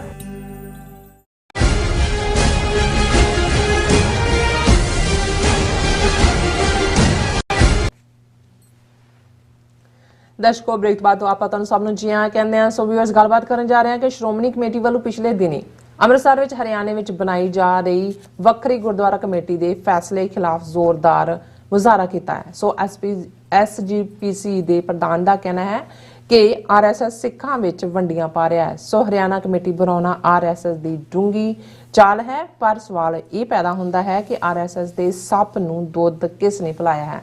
ਸੋ ਇਸ ਬਾਰੇ ਆਪਾਂ ਗੱਲਬਾਤ ਕਰਨ ਜਾ ਰਹੇ ਹਾਂ। ਸੋ ਅਸੀਂ ਚਾਹਾਂਗੇ ਕਿ ਦੋਸਤਾਂ ਨਾਲ ਇਸੇ ਤਰ੍ਹਾਂ ਜੁੜੇ ਰਹਿਣਾ, ਦੇਖਣ ਸੁਣਨੇ ਐਂਡ ਲਿਖਣ ਲਈ ਤੁਹਾਡਾ ਸਭ ਦਾ ਬਹੁਤ ਬਹੁਤ ਧੰਨਵਾਦ। ਜੀ ਡਾਕਟਰ ਸਾਹਿਬ ਕੀ ਵਿਚਾਰਾਂ ਨੇ? ਦੇਖੋ, ਬਹੁਤ ਵਾਰ ਜਦੋਂ ਅਸੀਂ ਕਿਸੇ ਦਾ ਜਲਾਲ ਦੇਖਿਆ ਹੁੰਦਾ ਹੈ, ਬਿਲਕੁਲ, ਫਿਰ ਤੁਸੀਂ ਉਹਨਾਂ ਦਾ ਜਵਾਲ ਦੇਖਦੇ ਹੋ, ਅਰਸ਼ ਤੋਂ ਫਰਸ਼ ਤੱਕ ਡਿੱਗਣਾ ਦੇਖਦੇ ਹੋ, ਔਰ ਉਹਨਾਂ ਦੀ ਜਿਹੜੀ ਹੈ ਉਹ ਵਿਚਾਰਗੀ ਦੇਖਦੇ ਹੋ, ਤੇ ਫਿਰ ਇਹ ਗੱਲ ਪਹਿਲਾਂ ਤਾਂ ਰੂਹਾਨੀ ਧਿਆਨ ਦੇ ਵਿੱਚ ਆਉਂਦੀ ਹੈ ਕਿ ਧਰਤੀ ਤੇ ਆਕਾਸ਼ ਚੜਾਵੇ, ਚੜੇ ਆਕਾਸ਼ ਗਿਰਾਵੇ, ਕਿ ਰੱਬ ਦੀ ਰਜ਼ਾ ਦੇਖੋ। ਜਿਹੜੇ ਧਰਤੀ ਤੇ ਹੁੰਦੇ ਨੇ, ਜਦੋਂ ਰੱਬ ਉਹਨਾਂ ਨੂੰ ਅਸਮਾਨਾਂ ਤੇ ਲੈ ਕੇ ਜਾਂਦਾ ਹੈ, ਜੇ ਉਸ ਨੂੰ ਸੰਭਾਲ ਨਾ ਸਕਣ ਤੇ ਫਿਰ ਉਹ ਪਟਕ ਕਰਕੇ ਵਾਪਸ ਆ ਕੇ ਧਰਤੀ ਦੇ ਉੱਤੇ ਡਿੱਗ ਪੈਂਦੇ ਨੇ। 1920 ਚ ਲਗਭਗ 100 ਸਾਲ ਪਹਿਲਾਂ ਜਿਸ ਸਟਰਗਲ ਦੇ ਨਾਲ ਗੁਰਦੁਆਰੇ ਮਹੰਤਾਂ ਦੀ ਗ੍ਰਿਫਤ ਤੋਂ ਆਜ਼ਾਦ ਹੋਏ, ਸ਼੍ਰੋਮਣੀ ਗੁਰਦੁਆਰਾ ਪ੍ਰਬੰਧਕ ਕਮੇਟੀ ਐਕਟ 1925 ਬਣਦਾ ਹੈ, ਔਰ ਇਤਿਹਾਸਕ ਗੁਰਦੁਆਰੇ ਉਸ ਖਿੱਤੇ ਦੇ ਵੱਡੀ ਗਿਣਤੀ ਦੇ ਵਿੱਚ ਉਸ ਦਾ ਹਿੱਸਾ ਬਣਦੇ ਨੇ। ਹੁਣ ਕਰੰਟ ਕੁਝ ਸਾਲ ਪਹਿਲਾਂ ਤੱਕ 1200 ਕਰੋੜ ਤੋਂ ਜ਼ਿਆਦਾ ਦਾ ਬਜਟ, ਇਸ ਤੋਂ ਇਲਾਵਾ ਕਿੰਨੇ medical college, engineering college, Khalsa school ਔਰ ਬਾਕੀ ਚੈਰੀਟੇਬਲ ਅਦਾਰੇ, ਔਰ ਕਿੰਨਾ ਵੱਡਾ ਨਾਂ ਇਸ ਨੂੰ ਸਿੱਖਾਂ ਦੀ ਮਿੰਨੀ ਪਾਰਲੀਮੈਂਟ ਆਪ ਹੀ ਕਹਿਣ ਲੱਗ ਗਏ, ਕਿਸੇ ਨੇ ਤਾਂ ਨਹੀਂ ਕਿਹਾ। ਹਾਲਾਂ ਸਿਆਣੇ ਉਦੋਂ ਵੀ ਸਮਝਦੇ ਸੀ ਜਦੋਂ ਇਹ ਐਕਟ ਬਣਿਆ ਵੀ, ਔਰ ਜਦੋਂ ਇਹ ਆਜ਼ਾਦ ਸੋ ਕਾਲਡ ਭਾਰਤ ਦੇ ਵਿੱਚ ਚੱਲ ਰਿਹਾ ਸੀ ਕਿ ਭਾਈ ਇਹ ਤਾਂ ਸਾਰੀਆਂ ਤਾਕਤਾਂ ਹੀ ਸਰਕਾਰ ਦੇ ਕੋਲ ਨੇ, ਐਕਟ ਵੀ ਉਹਨਾਂ ਨੇ ਹੀ ਬਣਾਇਆ ਜੀ। ਚੋਣਾਂ ਕਦੋਂ ਕਰਵਾਉਣੀਆਂ ਨੇ ਕਦੋਂ ਨਹੀਂ ਉਹਨਾਂ ਨੇ ਫੈਸਲਾ ਕਰਨਾ, ਕ੍ਰਾਈਟੇਰੀਆ ਕੀ ਰੱਖਣਾ, ਈਵਨ ਸਿੱਖ ਕੌਣ ਹੈ ਇਹਨੂੰ ਵੀ ਉਹਨਾਂ ਨੇ ਡਿਫਾਈਨ ਕਰਨਾ, ਔਰ ਜਦੋਂ ਮਰਜ਼ੀ ਉਹਦੇ 'ਚੋਂ ਅਮੈਂਡਮੈਂਟ ਕਰ ਦੇਣ, ਜਦੋਂ ਮਰਜ਼ੀ ਕੋਈ ਸਬਸਟ੍ਰੈਕਸ਼ਨ ਕਰ ਦੇਣ, ਇਹ ਉਹਨਾਂ ਦੇ ਹੱਥ ਵੱਸ ਹੈ। ਔਰ ਅਸੀਂ ਇਹ ਦੇਖਿਆ ਕਿ ਇਸ ਸਭ ਦੇ ਬਾਵਜੂਦ, ਕਿਉਂਕਿ ਸਿੱਖਾਂ ਦੀ ਸਿਆਸਤ ਦੇ ਵਿੱਚ ਜਿਹੜੀ ਮੁੱਖ ਧਿਰ ਪੋਲੀਟੀਕਲ ਪਾਰਟੀ ਤਾਂ ਅਕਾਲੀ ਦਲ ਬਣੀ, ਪਰ ਅਕਾਲੀ ਦਲ ਉਹੀ ਅਸਲੀ ਰਿਹਾ ਜਾਂ ਅਕਾਲੀ ਦਲ ਮੰਨਿਆ ਗਿਆ ਜਿਹਦੇ ਕੰਟਰੋਲ 'ਚ ਸ਼੍ਰੋਮਣੀ ਕਮੇਟੀ ਸੀ। ਸੋ ਜ਼ਾਹਰ ਹੈ ਸ਼੍ਰੋਮਣੀ ਕਮੇਟੀ ਚੋਣਾਂ 'ਚ ਜਿਹੜਾ ਉਹ ਜਿਹਦੇ ਕੋਲ ਪਾਵਰ ਆਂਦੀ ਸੀ। ਸੋ ਜਦੋਂ ਬਾਦਲ ਟੌੜਾ ਤਲਵੰਡੀ ਦੇ ਨਾਂ ਥੱਲੇ ਤ੍ਰਿਮੂਰਤੀ ਸਾਹਮਣੇ ਆਈ, ਔਰ ਹੌਲੀ ਤਲਵੰਡੀ ਵੀ ਸਾਈਡ ਲਾਈਨ ਹੋ ਗਿਆ, ਟੌੜਾ ਬਾਅਦ 'ਚ ਜਿਹੜਾ ਉਹ ਇੱਕ ਵਾਰੀ ਸਾਈਡ ਲਾਈਨ ਬਾਦਲ ਨੇ ਕੀਤਾ, ਫਿਰ ਉਹਦੀ ਨੈਚੁਰਲ ਡੈਥ ਹੋ ਗਈ। ਅੱਛਾ। ਤਾਂ ਬਾਦਲ ਟੱਬਰ ਨੇ ਜਿਵੇਂ ਪਿਛਲੀ ਅੱਧੀ ਸਦੀ ਤੋਂ ਜ਼ਿਆਦਾ ਸਮਾਂ 5 ਵਾਰ ਮੁੱਖ ਮੰਤਰੀ ਰਹਿੰਦੇ ਆ, ਸ਼੍ਰੋਮਣੀ ਕਮੇਟੀ ਤੇ ਆਪਣਾ ਜੱਫਾ ਰੱਖਿਆ, ਉਹ ਵੀ ਸਮਝ ਆ ਸਕਦਾ ਸੀ। ਪਰ ਸਭ ਤੋਂ ਅਨਪਾਇਸ ਐਕਟ ਜਿੱਥੇ ਬਾਦਲ ਟੱਬਰ ਨੇ ਸਿੱਖਾਂ ਦੀਆਂ ਸਾਰੀਆਂ ਇੰਸਟੀਟਿਊਸ਼ਨਸ ਇਨਕਲੂਡਿੰਗ ਅਕਾਲ ਤਖਤ ਉਸ ਦੀ ਜਿਹੜੀ ਪ੍ਰਭਤਾ ਨੂੰ ਡੈਮੇਜ ਕੀਤਾ, ਉੱਥੇ ਸਭ ਤੋਂ ਵਰਸਟ ਪਾਰਟ ਸੀ ਕਿ RSS ਦੇ ਨਾਲ, ਜਿਸ ਦੀ ਆਊਟਫਿਟ ਪਹਿਲਾਂ ਭਾਰਤੀ ਜਨਸੰਘ ਸੀ, ਬਾਅਦ 'ਚ BJP ਬਣੀ, ਅਨਕੰਡੀਸ਼ਨਲ ਸਪੋਰਟ ਉਹਨਾਂ ਨੂੰ। ਕਦੇ ਕੋਈ ਹੁਣ ਅੱਜ ਜਦੋਂ ਬੰਦੀ ਸਿੰਘਾਂ ਦੀ ਰਿਹਾਈ ਦਾ ਮੁੱਦਾ ਚੁੱਕਦੇ ਨੇ ਜਾਂ ਪਾਣੀਆਂ ਦਾ ਮੁੱਦਾ ਜਾਂ ਚੰਡੀਗੜ੍ਹ, ਕਿ ਆਮ ਬੰਦਾ ਵੀ ਪੁੱਛ ਸਕਦਾ ਵੀ 5 ਵਾਰ ਤੂੰ ਮੁੱਖ ਮੰਤਰੀ ਰਿਹਾ, 4-5 ਵਾਰ 3 ਵਾਰ ਵਾਜਪਾਈ ਦੀ ਸਰਕਾਰ ਬਣੀ, ਉਹਦੇ 'ਚ ਵੀ ਦਿੱਲੀ 'ਚ ਭਾਈਵਾਲ, ਔਰ ਬਾਅਦ ਦੇ ਵਿੱਚ ਨਰਿੰਦਰ ਮੋਦੀ ਦੇ ਨਾਲ 2014 'ਚ ਭਾਈਵਾਲ, ਫਿਰ 2019 ਤੱਕ ਪਹੁੰਚਦੇ ਆ ਜਿਹੜਾ ਕਿਸਾਨ ਲਹਿਰ ਔਰ ਦੂਸਰੇ ਤੋਂ ਤੱਕ ਉਹਨਾਂ ਦੇ ਨਾਲ ਭਾਈਵਾਲੀ। ਸੋ ਅੱਧੀ ਸਦੀ ਜਿਹੜਾ RSS ਦੇ ਬਾਵਜੂਦ ਕਿ ਅਕਾਲ ਤਖਤ ਦਾ ਹੁਕਮਨਾਮਾ 2003-04 ਦੇ ਪੀਰੀਅਡ 'ਚ ਜਥੇਦਾਰ ਵਿਦਾਂਤੀ ਦੇ ਵੇਲੇ ਆਂਦਾ, ਜਦੋਂ ਕਿ ਉਹ ਉੱਥੋਂ ਹਜ਼ੂਰ ਸਾਹਿਬ ਤੋਂ RSS ਜਲੂਸ ਕੱਢਣਾ ਚਾਹੁੰਦੇ ਕਿ ਭਾਈ ਐਂਟੀ ਸਿੱਖ ਹੈ, ਇਹਦੇ ਬਾਵਜੂਦ ਇਹਨਾਂ ਨੇ ਉਹ ਸਾਂਝਾਂ ਵੀ ਜਾਰੀ ਰੱਖੀਆਂ। RSS ਦੇ ਕਹਿਣ ਦੇ ਉੱਤੇ ਜਿਹੜਾ ਮੂਲ ਨਾਨਕਸ਼ਾਹੀ ਕੈਲੰਡਰ 2003 ਦੇ ਵਿੱਚ ਲਾਗੂ ਕੀਤਾ ਸੀ ਪੰਥ ਨੇ, ਉਸ ਨੂੰ 2010 ਦੇ ਵਿੱਚ ਉਹਦਾ ਅੱਧਾ ਹਿੰਦੂਕਰਨ ਕਰ ਦਿੱਤਾ। 2013-14 ਤੱਕ ਪਹੁੰਚਦੇ ਆ, ਉਹ ਸਭ ਤੋਂ ਵੱਡਾ ਫਰਾਡ ਹਿਸਟਰੀ ਦਾ ਕਿ ਹਿੰਦੂ ਕੈਲੰਡਰ ਤੇ ਨਾਨਕਸ਼ਾਹੀ ਲਫ਼ਜ਼ ਲਿਖ ਕੇ ਉਹਨੂੰ ਨਾਨਕਸ਼ਾਹੀ ਕੈਲੰਡਰ ਕਿਹਾ ਜਾਂਦਾ ਹੈ। ਹੁਣ ਇਸ ਸਭ ਦੇ ਉੱਤੇ ਜਦੋਂ ਤੁਸੀਂ ਆਪਣੀ ਪੱਗ ਵੀ, ਆਪਣੀ ਦਾੜੀ ਵੀ, ਆਪਣਾ ਈਮਾਨ ਵੀ, ਆਪਣਾ ਸਭ ਕੁਝ RSS ਦੇ ਹਵਾਲੇ ਕੀਤਾ, ਤੇ ਫਿਰ ਦੁਸ਼ਮਣ ਉਹ ਤਾਂ ਪਹਿਲੇ ਦਿਨ ਤੋਂ ਹੀ ਉਹਨਾਂ ਨੂੰ ਇਹ ਰਿਹਾ ਵੀ ਸਿੱਖਾਂ ਦੀ ਤਾਕਤ ਨੂੰ ਕਿਵੇਂ ਤੋੜਨਾ, ਕਿਵੇਂ ਡੈਥ ਕਿਸ ਦੇ ਨਾਲ ਇਹਨਾਂ ਨੂੰ ਮਾਰਨਾ। ਇੱਕ ਪਾਸੇ ਅਹਿਸਾਸ ਕਰਵਾਉਣਾ ਕਿ ਤੁਸੀਂ ਸਾਡੇ ਆਪਣੇ ਹੋ, ਜਿਹਨੂੰ ਡੈਥ ਕਿਸ ਕਹਿੰਦੇ ਨੇ, ਪਰ ਅੰਦਰੋਂ ਤੁਸੀਂ ਜੜ੍ਹਾਂ ਖੋਖਲੀਆਂ ਕਰਨੀਆਂ ਨੇ। ਸੋ ਕਿਵੇਂ RSS ਨੇ ਰਾਸ਼ਟਰੀ ਸਿੱਖ ਸੰਗਤ ਰਾਹੀਂ 1985 'ਚ ਐਂਟਰੀ ਮਾਰਨ ਦੀ ਕੋਸ਼ਿਸ਼ ਕੀਤੀ, ਉਹ ਤਾਂ ਭਲਾ ਹੋਏ ਜੁਝਾਰੂਆਂ ਦਾ ਵੀ ਉਹਨਾਂ ਨੇ ਜਿਹੜਾ ਰੁਲਦਾ ਬਣਾਇਆ ਸੀ ਉਹਦਾ ਮੁਖੀ ਉਹਨੂੰ ਰੋਲ ਦਿੱਤਾ, ਉਹ ਹੁਣ ਮੁੜ ਕੇ ਕਦੇ ਸੁਣਿਆ ਨਹੀਂ ਹੈ ਵੀ ਕੌਣ ਹੈ, ਜਾਂ ਹੋਰ ਵੀ ਸਜ਼ਾ ਯਾਫਤਾ ਕੀਤੇ ਗਏ। ਲੇਕਿਨ ਪੰਜਾਬ ਦੇ ਵਿੱਚ ਇਹਨਾਂ ਨੇ ਐਂਟਰੀ 1999 'ਚ 300 ਸਾਲਾ ਖਾਲਸਾ ਸਾਜਨਾ ਦਿਵਸ ਦੇ ਮੌਕੇ ਬਰਾਬਰ ਪੈਰੇਡ ਕੀਤੀ RSS ਵਾਲਿਆਂ ਨੇ, ਨਿਕਰਾਂ ਪਾ ਕੇ ਕਟਸੀ ਪ੍ਰਕਾਸ਼ ਬਾਦਲ। ਔਰ ਇਸ ਸਭ ਦੇ ਚਲਦਿਆਂ ਕੋਈ ਪੰਜਾਬ ਦੀ ਮੰਗ ਨਾ ਕਦੇ ਮੰਨੀ ਗਈ, ਕਿਉਂਕਿ ਇਹਨਾਂ ਨੇ ਉਹ ਇਸ਼ੂ ਹੀ ਨਹੀਂ ਚੁੱਕਿਆ। ਉਹ ਰਾਜਧਾਨੀ ਦਾ ਹੋਏ, ਪੰਜਾਬੀ ਬੋਲਦੇ ਅਨੰਦਪੁਰ ਦਾ ਮਤਾ ਤਾਂ ਦੂਰ ਦੀ ਗੱਲ, ਜਿਹੜੀ ਧਰਮਯੁੱਧ ਮੋਰਚੇ ਦੀ ਮੰਗ ਸੀ ਆਲ ਇੰਡੀਆ ਗੁਰਦੁਆਰਾ ਐਕਟ ਬਣਾਇਆ ਜਾਏ ਕਿ ਭਾਈ ਸਾਰੇ ਗੁਰਦੁਆਰੇ ਇੱਕ ਮੈਨੇਜਮੈਂਟ ਦੇ ਥੱਲੇ, ਉਹ ਵੀ ਜਿਹੜੀ ਹੈ ਦੱਬ ਦਿੱਤੀ। ਹੁਣ ਜੇ ਅਕਾਲੀ ਇਮਾਨਦਾਰੀ ਦੇ ਨਾਲ ਖਾਲਿਸਤਾਨ ਦੀ ਗੱਲ ਤਾਂ ਛੱਡ ਦਿਓ, ਜੇ ਵਿਦਨ ਸਿਸਟਮ ਵੀ ਸਿੱਖਾਂ ਦੀਆਂ ਮੰਗਾਂ ਜਾਂ ਈਵਨ ਗੁਰਦੁਆਰਾ ਐਕਟ ਹੀ ਮਨਵਾ ਲਿਆ ਹੁੰਦਾ, ਤੇ ਅੱਜ ਉਹ ਹਾਲਾਤ ਨਾ ਆਉਂਦੇ ਕਿ 2014 'ਚ ਭੁਪਿੰਦਰ ਹੁੱਡਾ ਦੀ ਸਰਕਾਰ, ਜਿਹੜੀ ਕਾਂਗਰਸ ਦੀ ਸਰਕਾਰ ਸੀ, ਅਮਰਿੰਦਰ ਇਧਰ ਚੀਫ ਮਿਨਿਸਟਰ ਰਲੇ ਹੋਏ ਸੀ, ਉਹਨੇ ਹਰਿਆਣੇ ਦੇ ਵਿੱਚ ਹਰਿਆਣਾ ਕਮੇਟੀ ਬਣਾਤੀ ਅਲੱਗ। ਹਰਿਆਣੇ 'ਚ 52 ਦੇ ਕਰੀਬ ਇਤਿਹਾਸਕ ਗੁਰਦੁਆਰੇ ਨੇ ਹਰਿਆਣੇ, ਔਰ ਹਰਿਆਣੇ ਦੇ ਸਿੱਖ ਹਮੇਸ਼ਾ ਫਰੰਟ ਲਾਈਨ ਤੇ ਰਹੇ ਨੇ ਪੰਜਾਬੀ ਸੂਬਾ ਮੋਰਚੇ ਵੇਲੇ, ਧਰਮਯੁੱਧ ਮੋਰਚੇ ਵੇਲੇ। ਕੁਰਬਾਨੀ ਕਰਨ ਵੇਲੇ, ਉਹ ਕਿਸੇ ਤੋਂ ਜੁਝਾਰੂ ਲਹਿਰ ਵੇਲੇ ਵੀ ਉਹ ਕੋਈ ਪੰਜਾਬ ਦੇ ਸਿੱਖਾਂ ਤੋਂ ਪਿੱਛੇ ਨਹੀਂ ਨੇ, ਕੋਈ ਹਰਿਆਣੇ ਦੇ ਸਿੱਖਾਂ ਦੇ ਨਾਲ ਰੌਲਾ ਨਹੀਂ ਹੈ। ਪਰ ਦੁਸ਼ਮਣ ਨੇ ਉਹ ਇਹ ਸਮਝਦੇ ਸੀ ਵੀ ਅਕਾਲ ਤਖਤ ਇੱਕ ਸੈਂਟਰਲ ਪੁਆਇੰਟ ਹੈ, ਸ਼੍ਰੋਮਣੀ ਕਮੇਟੀ ਪੰਜਾਬ, ਹਰਿਆਣਾ, ਹਿਮਾਚਲ, ਚੰਡੀਗੜ੍ਹ ਦੀ ਸਿੱਖਾਂ ਦੀ ਨੁਮਾਇੰਦਾ ਬਾਡੀ ਹੈ। ਕਿੱਥੇ ਤਾਂ ਇਹ ਮੰਗ ਕਰ ਰਹੇ ਸੀ ਕਿ ਬਾਕੀ ਜਿਹੜੀਆਂ ਕਮੇਟੀਆਂ ਨੇ, ਪਟਨਾ ਸਾਹਿਬ, ਹਜ਼ੂਰ ਸਾਹਿਬ ਜਾਂ ਜੰਮੂ ਕਸ਼ਮੀਰ ਗੁਰਦੁਆਰਾ ਬੋਰਡ, ਇਹ ਗੁਰਦੁਆਰਾ ਐਕਟ ਦੇ ਥੱਲੇ ਇੱਕ ਬਾਡੀ ਦੇ ਥੱਲੇ ਲਿਆਂਦੀ ਜਾਏ। 2014 ਚ ਭੁਪਿੰਦਰ ਹੁੱਡੇ ਦੀ ਸਰਕਾਰ ਨੇ ਹਰਿਆਣਾ ਕਮੇਟੀ ਬਣਾਈ। ਜ਼ਾਹਰ ਹੈ ਬਾਦਲ ਜਿਹੜਾ ਹੈ ਉਹ ਸੁਪਰੀਮ ਕੋਰਟ ਚ ਪਹੁੰਚ ਗਿਆ, ਉਹ ਅਕਾਲ ਤਖਤ ਤੇ ਆਇਆ ਜੀ ਮੈਂ ਤਾਂ ਸ਼ਹੀਦ ਹੋ ਜਾਵਾਂਗਾ, ਇਹ ਦੂਜਾ ਤੀਜਾ। ਉਹ ਉਹਨਾਂ ਨੇ ਸਰਕਾਰ ਸੀ ਉਹਨਾਂ ਦੀ, ਭਾਵੇਂ ਇਧਰ ਹੁੱਡੇ ਦੀ ਸਰਕਾਰ ਸੀ, ਉੱਥੇ ਮੋਦੀ ਦੀ ਬਣ ਗਏ, ਉਹਨਾਂ ਨੇ ਸੁਪਰੀਮ ਕੋਰਟ 'ਚ ਰੱਖ ਛੱਡੀ ਪੈਟੀਸ਼ਨ।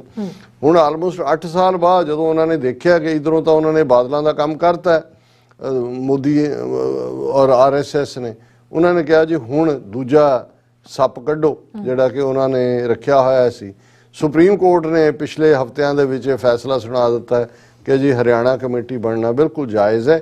ਇਹ ਪੰਜਾਬ ਰੀਆਰਗੇਨਾਈਜੇਸ਼ਨ ਐਕਟ 1966 ਦੀ ਕੋਈ ਖਿਲਾਫ ਵਰਜ਼ੀ ਨਹੀਂ ਹੈ। ਨਤੀਜੇ ਦੇ ਤੌਰ ਤੇ ਜਿਹੜਾ ਉੱਥੇ ਉਹਨਾਂ ਨੇ ਰੱਖਿਆ ਹੋਇਆ ਬਲਜੀਤ ਸਿੰਘ ਦਾਦੂਵਾਲ ਤੇ ਕੁਝ ਹੋਰ, ਉਹ ਪੁੱਠੀਆਂ ਛਾਲਾਂ ਮਾਰ ਰਹੇ ਨੇ। ਉਹ ਤਾਂ ਕਹਿ ਰਿਹਾ, ਉਹਨੇ ਦਾਦੂਵਾਲ ਨੇ ਇੱਕ ਇੰਟਰਵਿਊ ਦਿੱਤਾ ਹੈ ਇਸ ਇੱਕ TV ਚੈਨਲ ਨੂੰ, ਉਹ ਕਹਿੰਦਾ ਵੀ ਇਹ ਮੋਹਨ ਭਾਗਵਤ ਨੇ ਕਦੋਂ ਕਿਹਾ ਕਿ ਵੀ ਭਾਰਤ 'ਚ ਰਹਿਣ ਵਾਲਾ ਹਰ ਕੋਈ ਹਿੰਦੂ ਹੈ।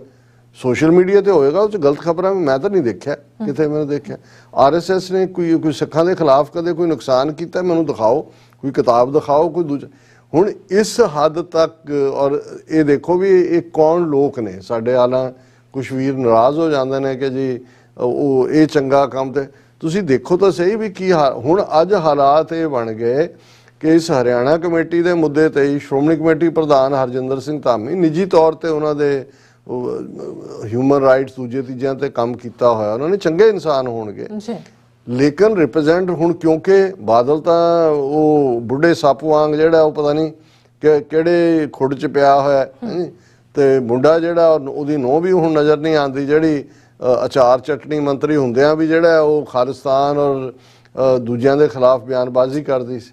ਹੁਣ ਇਹ ਇੱਕ ਸ਼ਰੀਫ ਆਦਮੀ ਨੂੰ ਅੱਗੇ ਕੀਤਾ ਹੋਇਆ ਸ਼੍ਰੋਮਣੀ ਕਮੇਟੀ ਪ੍ਰਧਾਨ ਨੂੰ ਕਿ ਵੀ ਤੂੰ ਡਿਫੈਂਡ ਕਰ। ਉਹ ਤਰਲੇ ਕਰ ਰਿਹਾ ਹਰਿਆਣੇ ਦੇ ਚੀਫ ਮਿਨਿਸਟਰ ਨਾਲ ਇੱਕ ਮੀਟਿੰਗ ਦੇ ਲਈ, ਉਹਨੇ ਅੱਜ ਤੱਕ ਇਹਨੂੰ ਮੀਟਿੰਗ ਤੋਂ ਹੀ ਜਿਹੜਾ ਟਾਈਮ ਨਹੀਂ ਦਿੱਤਾ ਹੈ। ਹੁਣ ਹਾਰ ਕੇ ਇਹਨਾਂ ਨੇ ਕਿ ਜੀ ਹਰਿਆਣਾ ਕਮੇਟੀ ਇਹ ਤਾਂ ਸਿੱਖਾਂ 'ਚ ਵੰਡੀਆਂ ਪਾਤੀਆਂ।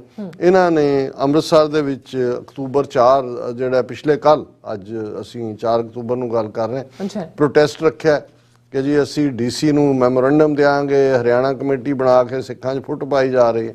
ਇਹ ਜਦੋਂ ਮੈਂ ਕਿਹਾ ਵੀ ਚੜ੍ਹੇ ਆਕਾਸ਼ ਗਿਰਾਵੇ, ਜਿਹੜਾ ਅਸਲੀ DC ਉੱਥੇ ਲੱਗਿਆ ਉਹ ਆਇਆ ਹੀ ਨਹੀਂ ਮੈਮੋਰੰਡਮ ਲੈਣ। ਉਹਨੇ ਜਿਹੜਾ ਇੱਕ ਉਸ ਦੇ ਐਡੀਸ਼ਨਲ DC ਨੂੰ ਭੇਜ ਦਿੱਤਾ।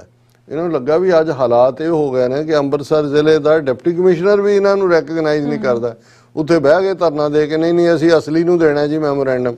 ਔਰ ਅਸਲੀ ਜਦੋਂ ਆਇਆ ਹਰਪ੍ਰੀਤ ਸਿੰਘ ਸੂਦਨ ਜਿਹੜਾ ਹੈ, ਤੇ ਫਿਰ ਮੈਮੋਰੰਡਮ ਦੇ ਕੇ ਆ ਗਏ। ਹੁਣ ਉਸ ਸਾਰੇ ਜਿਹੜੀ ਗੱਲ ਮੈਂ ਸਾਰੀ ਕਹਾਣੀ ਜਿਹੜੀ ਸੁਣਾਈ ਹੈ ਉਹਦੇ 'ਚ ਆਪਣੇ ਮੈਮੋਰੰਡਮ 'ਚ ਇਹ ਕਹਿ ਰਹੇ ਨੇ, terming it as an RSS influence judgement, ਕਿ ਸੁਪਰੀਮ ਕੋਰਟ ਨੇ ਜਿਹੜਾ ਹਰਿਆਣਾ ਕਮੇਟੀ ਬਣਾਉਣ ਦਾ ਫੈਸਲਾ ਸੁਣਾਇਆ RSS ਦੇ ਕਹਿਣ ਦੇ ਦਿੱਤਾ ਹੈ। Dhami allege this move was the start of the domination over the minority communities. ਇਹ ਅੱਜ ਨਹੀਂ ਸਟਾਰਟ ਹੋਇਆ ਧਾਮੀ ਸਾਹਿਬ, ਇਹ ਤਾਂ ਅੱਧੀ ਸਦੀ ਤੋਂ ਜਦੋਂ ਤੁਹਾਡਾ ਬਾਦਲ ਇਹਦੀ ਕੱਛ 'ਚ ਬੈਠਾ, ਇਹਦੀ ਜਿਹੜਾ ਉਹ ਬੁੱਕਲ 'ਚ ਬੜਿਆ ਹੋਇਆ ਸੀ RSS ਦੀ, ਉਦੋਂ ਤੋਂ ਹੀ RSS ਦਾ 100 ਸਾਲ ਤੋਂ ਉਹਨਾਂ ਨੇ ਕਦੇ ਭੁਲੇਖਾ ਹੀ ਨਹੀਂ ਰਹਿਣ ਦਿੱਤਾ ਕਿ ਉਹ ਇੱਕ ਹਿੰਦੂ ਰਾਸ਼ਟਰ ਲਈ ਨੇ ਔਰ ਉਹ ਸਿੱਖ ਧਰਮ ਨੂੰ ਹਿੰਦੂ ਧਰਮ ਦਾ ਹਿੱਸਾ ਮੰਨਦੇ ਨੇ। ਤੁਹਾਨੂੰ ਹੁਣ ਨਜ਼ਰ ਆਇਆ ਕਿਉਂਕਿ ਤੁਸੀਂ ਪਾਵਰ ਤੋਂ ਬਾਹਰ ਹੋਏ ਹੋ, ਤੁਹਾਡਾ ਆਕਾ ਪਾਵਰ ਤੋਂ ਬਾਹਰ ਹੋਇਆ, ਔਰ ਉਹਨਾਂ ਨੇ ਬੜੀ ਕਲੀਅਰਲੀ ਧਾਮੀ ਨੇ ਇਹ ਕਿਹਾ, this memo alleged that SGPC was being bifurcated under the influence of RSS in the garb of law। ਹੁਣ ਉਹ ਸਿੱਧੇ ਤੌਰ ਤੇ ਕਹਿ ਰਿਹਾ ਕਿ ਸੁਪਰੀਮ ਕੋਰਟ ਤੋਂ ਹੀ ਫੈਸਲਾ RSS ਨੇ ਕਰਵਾਇਆ। ਗੱਲ ਗਲਤ ਨਹੀਂ ਹੈ, RSS ਨੇ ਕਰਵਾਇਆ, ਪਰ ਇਹ ਕਹਿਣਾ ਕਿ ਜੀ ਅੱਜ RSS ਬਾਈਫਰਕੇਟ ਕਰ ਰਿਹਾ, ਹੁਣ ਇਹ ਆਪਣੇ ਆਕਾਵਾਂ ਨੂੰ ਪੁੱਛੋ ਜਿਨ੍ਹਾਂ ਨੇ ਅੱਖਾਂ ਬੰਦ ਕਰਕੇ ਜਿਹੜਾ ਉਹ ਸਿੱਖ ਵੱਖਰੀ ਪਛਾਣ ਨੂੰ RSS ਦੇ ਹਵਾਲੇ ਕੀਤਾ। ਬਿਲਕੁਲ ਡਾਕਟਰ ਸਾਹਿਬ, ਤੁਹਾਡਾ ਬਹੁਤ ਬਹੁਤ ਧੰਨਵਾਦ। ਸੋ ਇਥੇ ਬ੍ਰੇਕ ਵਿਊਅਰਸ ਤੁਸੀਂ ਇਸੇ ਤਰ੍ਹਾਂ ਬਣੇ ਰਹਿਣਾ, ਮਿਲਦੇ ਹਾਂ after this short break.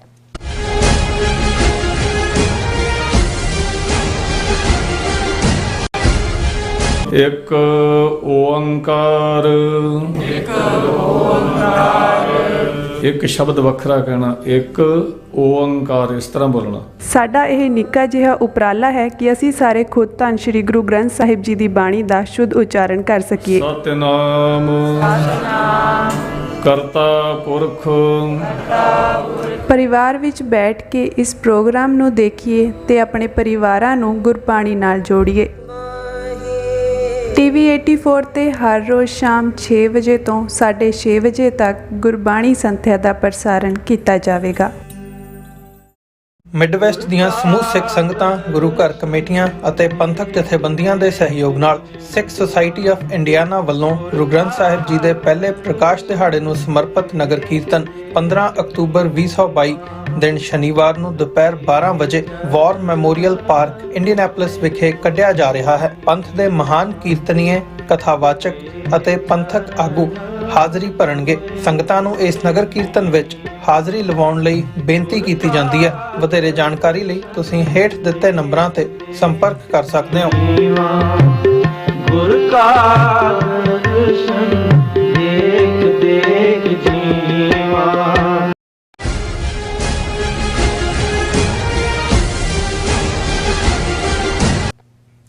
Viewers welcome back on program. So viewers annual session ਵਿੱਚ ਗੱਲਬਾਤ ਕਰਨ ਜਾ ਰਹੇ ਹਾਂ ਕਿ ਭਾਰਤ ਦਾ ਹੋਮ ਮਿਨਿਸਟਰ ਅਮਿਤ ਸ਼ਾਹ ਅੱਜ ਕੱਲ੍ਹ ਜੰਮੂ ਕਸ਼ਮੀਰ ਦੇ ਦੌਰੇ ਤੇ ਹੈ। ਸੋ ਇਸ ਦੌਰੇ ਦੌਰਾਨ ਜੰਮੂ ਕਸ਼ਮੀਰ ਦੇ ਜੇਲ੍ਹ ਮਹਿਕਮੇ ਦੇ ਜਨਰਲ ਡਾਇਰੈਕਟਰ HK ਲੋਹੀਆ ਨੂੰ ਉਸ ਦੇ ਨੌਕਰ ਨੇ ਕਤਲ ਕਰ ਦਿੱਤਾ ਹੈ। ਕਿਹਾ ਜਾ ਰਿਹਾ ਹੈ ਕਿ ਕਸ਼ਮੀਰੀਆਂ ਵੱਲੋਂ ਇਹ ਅਮਿਤ ਸ਼ਾਹ ਨੂੰ ਭਾਰਤੀ ਫੌਜ ਦੇ ਜ਼ੁਲਮਾਂ ਦਾ ਜਵਾਬ ਦਿੱਤਾ ਗਿਆ ਹੈ। ਸੋ ਇਸ ਬਾਰੇ ਆਪਾਂ ਗੱਲਬਾਤ ਕਰਨ ਜਾ ਰਹੇ ਹਾਂ। ਨਾਲ ਹੀ ਗੁਰਬਾਣੀ ਚਰਾਂ ਦੀ ਸਾਂਝ ਵੀ ਤੁਹਾਡੇ ਨਾਲ ਪਾਈ ਜਾਏਗੀ। ਸੋ ਅਸੀਂ ਚਾਹਾਂਗੇ ਕਿ ਤੁਸੀਂ ਨਾਲ ਇਸੇ ਤਰ੍ਹਾਂ ਬਣੇ ਰਹਿਣਾ। ਦੇਖਣ ਸੁਣਨ ਲਈ ਲਿਖਣ ਲਈ ਤੁਹਾਡਾ ਸਭ ਦਾ ਬਹੁਤ ਸ਼ੁਕਰੀਆ ਜੀ। ਡਾਕਟਰ ਸਾਹਿਬ ਕੀ ਵਿਚਾਰਾਂ? ਦੇਖੋ, Indian media by and large ਤਾਂ ਜੰਮੂ ਕਸ਼ਮੀਰ 'ਚ ਫੌਜ ਕੀ ਕਰ ਰਹੀ ਹੈ, ਹੋਰ ਕੀ ਕਰ ਰਹੇ ਨੇ, ਉਹਨਾਂ ਖਬਰਾਂ ਨੂੰ ਬਲੈਕ ਆਊਟ ਹੀ ਕਰਦਾ। ਈਵਨ ਮੇਰੇ ਆਈਪੈਡ ਤੇ ਜਦੋਂ ਮੈਂ ਟ੍ਰਿਬਿਊਨ ਜਾਂ ਦੂਸਰੇ ਦਾ ਜੰਮੂ ਕਸ਼ਮੀਰ ਸੈਗਮੈਂਟ ਜਾਂਦਾ ਤੇ ਉੱਥੇ 9 ਪੇਜ ਦੇ ਥੱਲੇ ਆਉਂਦਾ, ਮੈਨੂੰ ਹੋਰ ਟੈਕਨੀਕ ਰਾਹੀਂ ਮੈਂ ਉਹਨਾਂ ਖਬਰਾਂ ਤੱਕ ਪਹੁੰਚਦਾ। ਲੇਕਿਨ ਜਦੋਂ ਕੋਈ ਇੰਨਾ ਵੱਡਾ ਵਾਕਿਆ ਵਾਪਰਦਾ ਹੈ, ਜਦੋਂ ਕਿ ਜਿਹਨੂੰ ਇਗਨੋਰ ਨਹੀਂ ਕਰ ਸਕਦੇ, ਉਹਨੂੰ ਫਿਰ ਕਿਸੇ ਹੋਰ ਖਾਤੇ 'ਚ ਪਾਉਣ ਦੀ ਕੋਸ਼ਿਸ਼ ਕੀਤੀ ਜਾਂਦੀ। ਹੁਣ ਅਮਿਤ ਸ਼ਾਹ ਜਿਹੜਾ ਚਾਣਕਿਆ ਹੈ ਸਾਰਾ ਔਰ ਦੁਸ਼ਟ ਆਦਮੀ, ਜਿਹਨੇ 2002 'ਚ ਮੋਦੀ ਦੇ ਹੋਮ ਮਿਨਿਸਟਰ ਹੁੰਦਿਆਂ ਹਜ਼ਾਰਾਂ ਮੁਸਲਮਾਨਾਂ ਦਾ ਕਤਲੇਆਮ ਕੀਤਾ ਗੁਜਰਾਤ ਦੇ ਵਿੱਚ, ਇਸ ਵੇਲੇ ਜੰਮੂ ਕਸ਼ਮੀਰ ਦੇ ਦੌਰੇ ਤੇ ਹੈ। ਔਰ ਜਦੋਂ ਇਹਨੇ ਜਾਣਾ ਹੁੰਦਾ ਪਹਿਲਾਂ ਵੱਡੀਆਂ ਕੋਈ ਨਾ ਕੋਈ ਸ਼ਰਾਰਤੀ ਪਲਾਨਸ ਬਣਾਈਆਂ ਹੁੰਦੀਆਂ, ਕੀ ਕਰਨਾ ਹੈ, ਨਵਰਾਤਰਿਆਂ ਨਾਲ ਜੋੜਤਾ, ਵੈਸ਼ਨੋ ਦੇਵੀ ਜਾਣਾ ਹੈ, ਦੂਸਰਾ ਕਰਨਾ ਹੈ। ਔਰ ਮਿਲੀਅਨ ਫੌਜ ਤਾਂ ਰੱਖੀ ਹੋਈ ਹੈ ਕਸ਼ਮੀਰੀਆਂ ਦੇ ਉੱਤੇ ਜੋ ਜ਼ੁਲਮ ਚੱਲ ਰਹੇ ਨੇ। ਲੇਕਿਨ ਹੁਣ ਜਿਵੇਂ ਕਿ ਇਹਨਾਂ ਦੇ AS ਡੁਲਟ ਜਿਹੜਾ ਰਾਜ ਚੀਫ ਰਿਹਾ ਕਸ਼ਮੀਰ 'ਚ, ਉਹਨੇ ਇੱਕ ਵਾਰੀ ਇਹ ਕਿਹਾ ਸੀ ਕਿ ਵੀ ਫਰਕ ਇਹ ਹੈ ਖਾਲਿਸਤਾਨੀ ਮਿਲੀਟੈਂਟਸ ਦਾ ਔਰ ਕਸ਼ਮੀਰੀ ਮਿਲੀਟੈਂਟਸ ਦਾ ਕਿ ਸਿੱਖਾਂ ਦੇ ਸੁਭਾਅ ਔਰ ਤਰਬੀਅਤ ਤੋਂ ਉਹ ਕਦੇ ਲੁਕੋ ਕੇ ਨਹੀਂ ਰੱਖਦੇ ਵੀ ਉਹਨਾਂ ਨੇ ਕਿਵੇਂ ਰਿਐਕਟ ਕਰਨੇ। ਇਸ ਲਈ ਏਜੰਸੀਆਂ ਲਈ ਇਹ ਕੋਈ ਬਹੁਤਾ ਔਖਾ ਨਹੀਂ ਸੀ, ਕਿਉਂਕਿ ਉਹਨਾਂ ਨੂੰ ਪਤਾ ਸੀ ਕਿ ਕਿਸ ਐਕਸ਼ਨ ਨਾਲ ਸਿੱਖ ਕਿਵੇਂ ਰਿਐਕਟ ਕਰਨਗੇ। ਪਰ ਉਹਨੇ ਕਿਹਾ ਸੀ ਵੀ ਜਿਹੜੇ ਕਸ਼ਮੀਰੀ ਜੁਝਾਰੂ ਨੇ ਉਹ ਬੇਸ਼ੱਕ ਤੁਹਾਨੂੰ ਇਸ ਵੇਲੇ ਬਿਲਕੁਲ ਸਾਇਲੈਂਸ ਨਜ਼ਰ ਆ ਰਹੀ ਹੈ ਕਿ ਜੀ 5 ਅਗਸਤ 2019 ਨੂੰ ਤੁਸੀਂ ਖਤਮ ਕਰਤਾ, ਉੱਥੇ ਕੁਝ ਹੋਇਆ ਹੀ ਨਹੀਂ, ਵੀ ਇਹ ਵੀ ਉਹਨਾਂ ਦੀ ਸਟ੍ਰੈਟਜੀ ਦਾ, ਉਹ ਉਹਨਾਂ ਦੇ ਅੰਦਰ ਕੀ ਚੱਲ ਰਿਹਾ, ਉਹ ਕਿਵੇਂ ਐਕਟ ਕਰਨਗੇ, ਉਹ ਇਸ ਮਾਮਲੇ 'ਚ ਬਹੁਤ ਕਲੋਜ਼ ਹੁੰਦੇ ਨੇ ਕਿ ਵੀ ਉਹਨਾਂ ਨੇ ਕੀ ਕਰਨਾ। ਉਹਨਾਂ ਨੇ ਕਿਹਾ, ਔਰ ਇੱਕ ਕਸ਼ਮੀਰੀ ਨੇ ਤਾਂ ਕਿਸੇ ਆਫਟ ਇੰਟਰਵਿਊ ਦੇ ਵਿੱਚ ਕਿਹਾ ਵੀ ਕਿ ਜੇ ਇੰਡੀਅਨ ਸਿਸਟਮ ਇਹ ਸਮਝਦਾ ਸੀ ਕਿ ਅਸੀਂ ਇਹ ਸਾਡੇ ਹੱਕ ਖੋਏ ਗਏ ਜਿਹੜੇ ਉਸ ਤੋਂ ਬਾਅਦ ਹਜ਼ਾਰਾਂ 'ਚ ਬਾਹਰ ਨਿਕਲਾਂਗੇ, ਤੇ ਅਸੀਂ ਉਹਨਾਂ ਦੀ ਟਰੋਫੀ ਨਹੀਂ ਸੀ ਬਣਨਾ ਚਾਹੁੰਦੇ ਕਿ ਵੀ ਉਹ ਹਜ਼ਾਰਾਂ ਦੀ ਗਿਣਤੀ ਸਾਡੀਆਂ ਲਾਸ਼ਾਂ ਵਿਛਾ ਦਿੰਦੇ। ਪਰ ਉਸ ਤੋਂ ਬਾਅਦ ਅਸੀਂ ਦੇਖਦੇ ਹਾਂ ਵੀ ਉਹਨਾਂ ਦੇ ਐਕਸ਼ਨ, ਜਿਵੇਂ ਉਹਨਾਂ ਨੇ ਸਿਲੈਕਟਿਵ ਜਿਹੜੇ ਇਹਨਾਂ ਨੇ 3 ਡਰਟੀ ਡੀਜ਼ ਦੇ ਥੱਲੇ ਉੱਥੇ ਦੂਸਰੇ ਲੋਕ ਲਿਜਾ ਕੇ ਵਸਾਣੇ ਸ਼ੁਰੂ ਕੀਤੇ, ਉਹਨਾਂ ਨੂੰ ਟਾਰਗੇਟ ਕੀਤਾ, ਉਹ ਉੱਥੋਂ ਦੌੜਾਣੇ ਸ਼ੁਰੂ ਕੀਤੇ। ਫਿਰ ਅਸੀਂ ਦੇਖਦੇ ਹਾਂ ਵੀ ਹੌਲੀ ਹੌਲੀ ਇਹ ਵੀ ਆ ਗਿਆ ਕਿ ਫਲਾਂ ਥਾਂ ਟਰੈਪ ਦੇ ਵਿੱਚ CRPF ਵਾਲੇ ਆ ਗਏ, ਫਲਾਂ ਥਾਂ ਪੁਲਿਸ 'ਚ ਆ ਗਏ। ਔਰ ਈਵਨ ਅਮਿਤ ਸ਼ਾਹ ਦੀ ਵਿਜ਼ਿਟ ਦੇ ਦੌਰਾਨ ਵੀ ਘੱਟੋ ਘੱਟ 4-5 ਘਟਨਾਵਾਂ ਜਿਹੜੀਆਂ ਨੇ ਜਿਹਦੇ 'ਚ ਪੁਲਿਸ ਵੀ ਇਨਵੋਲਵ ਸੀ। ਫਿਰ ਇਹ ਵੀ ਖਬਰਾਂ ਸੀ ਕਿ ਭਾਈ ਕਿਵੇਂ ਜਿਹੜਾ ਉਹਨਾਂ ਨੇ ਈਵਨ ਇਹਨਾਂ ਦੀ ਖਬਰ, ਬੈਂਕ ਮੈਨੇਜਰ ਐਸਕੇਪਸ ਅਨਹਰਟ ਇਨ ਟੈਰਰ ਅਟੈਕ ਇਨ ਬਾਰਾਮੂਲਾ ਡਿਸਟ੍ਰਿਕਟ। ਹੁਣ ਇਹ ਬੈਂਕ ਮੈਨੇਜਰ ਵੀ ਇਹ ਹੈ ਜਿਹਨੂੰ ਉਹਨੇ ਆਊਟਸਾਈਡਰ ਕਿਹਾ। ਜ਼ਾਹਰ ਹੈ ਕਿ ਜਿਹੜੇ ਬਾਹਰੋਂ ਲਿਆ ਕੇ ਉੱਥੇ ਵਸਾਏ ਜਾ ਰਹੇ ਨੇ, ਉਹਦੇ ਉੱਤੇ ਅਟੈਕ ਹੋਇਆ। ਫਿਰ ਹੁਣ ਅਮਿਤ ਸ਼ਾਹ ਨੇ ਇੱਕ ਪਾਸੇ ਇਹ ਜ਼ੁਲਮ ਕਰ ਰਹੇ ਨੇ ਸਿੱਧੇ ਤੌਰ ਤੇ, ਫਿਰ ਖੇਡਾਂ ਖੇਡ ਰਹੇ ਨੇ। ਜਿਵੇਂ ਉਹਨਾਂ ਨੇ ਹੁਣ ਗੁੱਜਰਾਂ ਨੂੰ ਲੋਕਲ ਪਹਾੜੀ ਪਾਪੂਲੇਸ਼ਨ ਨਾਲ ਟਕਰਾਉਣ ਦੇ ਲਈ ਜਿਹੜਾ ਉਹਨਾਂ ਨੇ ਜਿਹੜਾ ਪਹਾੜੀ ਲੋਕ ਨੇ ਉਹਨਾਂ ਨੂੰ ਵੀ ਸ਼ਡਿਊਲ ਟਰਾਈਬ ਸਟੇਟਸ ਦੇ ਦਿੱਤਾ ਹੈ ਜੀ। ਔਰ ਇਸ ਦਾ ਮਤਲਬ ਕਿ ਹੁਣ ਆਪਸ 'ਚ ਲੜੋ ਤਾਂ ਕਿ ਉਹਨਾਂ ਦੀਆਂ ਵੋਟਾਂ ਪਹਾੜੀਆਂ ਦੀਆਂ, ਭਾਵੇਂ ਉਹ ਮੁਸਲਮਾਨ ਹੀ ਹੋਣਗੇ ਲੇਕਿਨ ਉਹ ਇਹਨਾਂ ਨਾਲ ਆਣ, ਕਿਉਂਕਿ ਗੁੱਜਰ ਤਾਂ ਸ਼ਡਿਊਲ ਟਰਾਈਬ ਹੈ ਹੀ ਹੈ, ਉਹ ਇੱਕ ਤੋਂ ਦੂਸਰੀ ਥਾਂ ਜਾਂਦੇ ਨੇ, ਕਬੀਲਾ। ਇਸੇ ਤਰ੍ਹਾਂ ਇਹਨਾਂ ਨੇ ਹੋਰ ਵੀ ਜਿਹੜੀਆਂ ਨੇ ਇਹ Amit Shah seeks Gujjars Pahari support to end 3 family rule in Jammu and Kashmir. ਲੇਕਿਨ ਜਿਹੜੇ ਵਾਕਿਆ ਵੱਲ ਮੈਂ ਇਸ਼ਾਰਾ ਕਰ ਰਿਹਾ ਔਰ ਮੈਨੂੰ AS ਡੁਲਟ ਦਾ ਕਸ਼ਮੀਰੀਆਂ ਦੇ ਕੰਮ ਕਰਨ ਦੇ ਅੰਦਾਜ਼ ਜਾਂ ਉਹਨਾਂ ਦੀ ਸਾਇਲੈਂਸ ਤੋਂ ਲੱਗਦਾ ਹੈ, ਇਹ ਖਬਰ ਜਿਹੜੀ ਪ੍ਰੋਮੀਨੈਂਟਲੀ ਜਦੋਂ ਅਮਿਤ ਸ਼ਾਹ ਐਨ ਕਸ਼ਮੀਰ ਦੇ ਵਿੱਚ ਸੀ, ਸ੍ਰੀਨਗਰ ਸੀ, Jammu and Kashmir director general prisons found murdered under suspicious circumstances, ਕਿ ਡਾਇਰੈਕਟਰ ਜਨਰਲ ਪ੍ਰਿਜ਼ਨਸ ਦਾ ਆਪਣੇ ਘਰ ਦੇ ਵਿੱਚ ਉਸ ਦਾ ਮਰਡਰ ਹੋਇਆ, HK ਲੋਹੀਆ। ਔਰ ਜਿਹੜੀ ਪਹਿਲੀਆਂ ਖਬਰਾਂ ਆਈਆਂ ਉਹਦੇ 'ਚ ਇਹ ਸੀ ਕਿ ਉਹਦਾ ਜਿਹੜੀ ਡੋਮੈਸਟਿਕ ਹੈਲਪ ਆ, ਉਹਦਾ ਨੌਕਰ ਹੈ, ਉਹ ਗਾਇਬ ਹੈ। ਫਿਰ ਇਹ ਆਇਆ ਕਿ ਜੀ 2 ਦਿਨ ਚੱਲਿਆ ਕਿ ਜੀ ਉਹ ਨੌਕਰ ਫੜਿਆ ਗਿਆ, ਉਹ ਮੈਂਟਲੀ ਜਿਹੜਾ ਡਿਸਟਰਬਡ ਹੈ ਨੌਕਰ, ਔਰ ਉਹ ਡਿਪਰੈਸ਼ਨ ਦਾ ਸ਼ਿਕਾਰ ਹੈ, ਉਹਨੇ ਕੀਤਾ।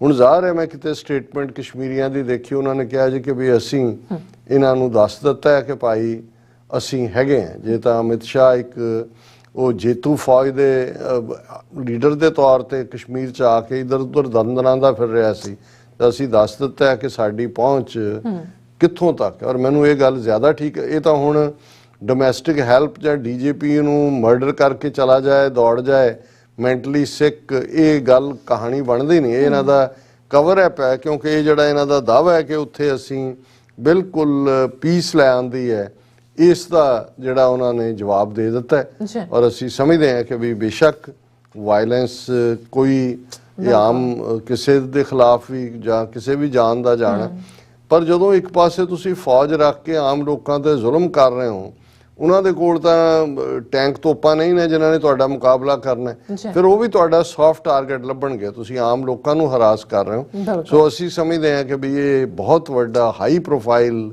ਮਰਡਰ ਹੈ DGP ਪ੍ਰਿਜ਼ਨਸ ਦਾ।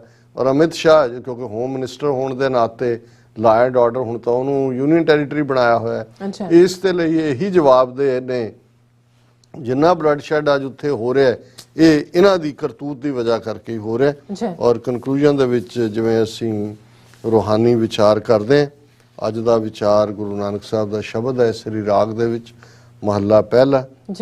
ਚਿੱਤੇ ਦਿਸੈ ਧੌਲ ਹਰ, ਬੱਗੇ ਬੰਕ ਦੁਆਰ, ਕਰ ਮਨ ਖੁਸ਼ੀ ਉਸਾਰਿਆ, ਦੂਜੈ ਹੇਤ ਪਿਆਰ, ਅੰਦਰ ਖਾਲੀ ਪ੍ਰੇਮ ਬਿਨ, ਟੈ ਢੇਰੀ ਤਨ ਛਾਰ, ਭਾਈ ਰੇ ਤਨ ਤਨ ਸਾਥ ਨਾ ਹੋਏ, ਰਾਮ ਨਾਮ ਤਨ ਨਿਰਮਲੋ, ਗੁਰ ਦਾਤ ਕਰੇ ਪ੍ਰਭ ਸੋਏ। ਰਹਾਉ, ਜਿਵੇਂ ਰਹਾਉ ਦੀ ਤੁਕ ਕੇਂਦਰੀ ਨੁਕਤਾ ਹੁੰਦਾ ਹੈ ਕਿ ਹੇ ਮੇਰੇ ਭਰਾ, ਨਾ ਇਹ ਤਨ ਨੇ ਤੇਰੇ ਨਾਲ ਰਹਿਣਾ, ਨਾ ਇਹ ਧਨ ਨੇ ਤੇਰੇ ਨਾਲ ਰਹਿਣਾ।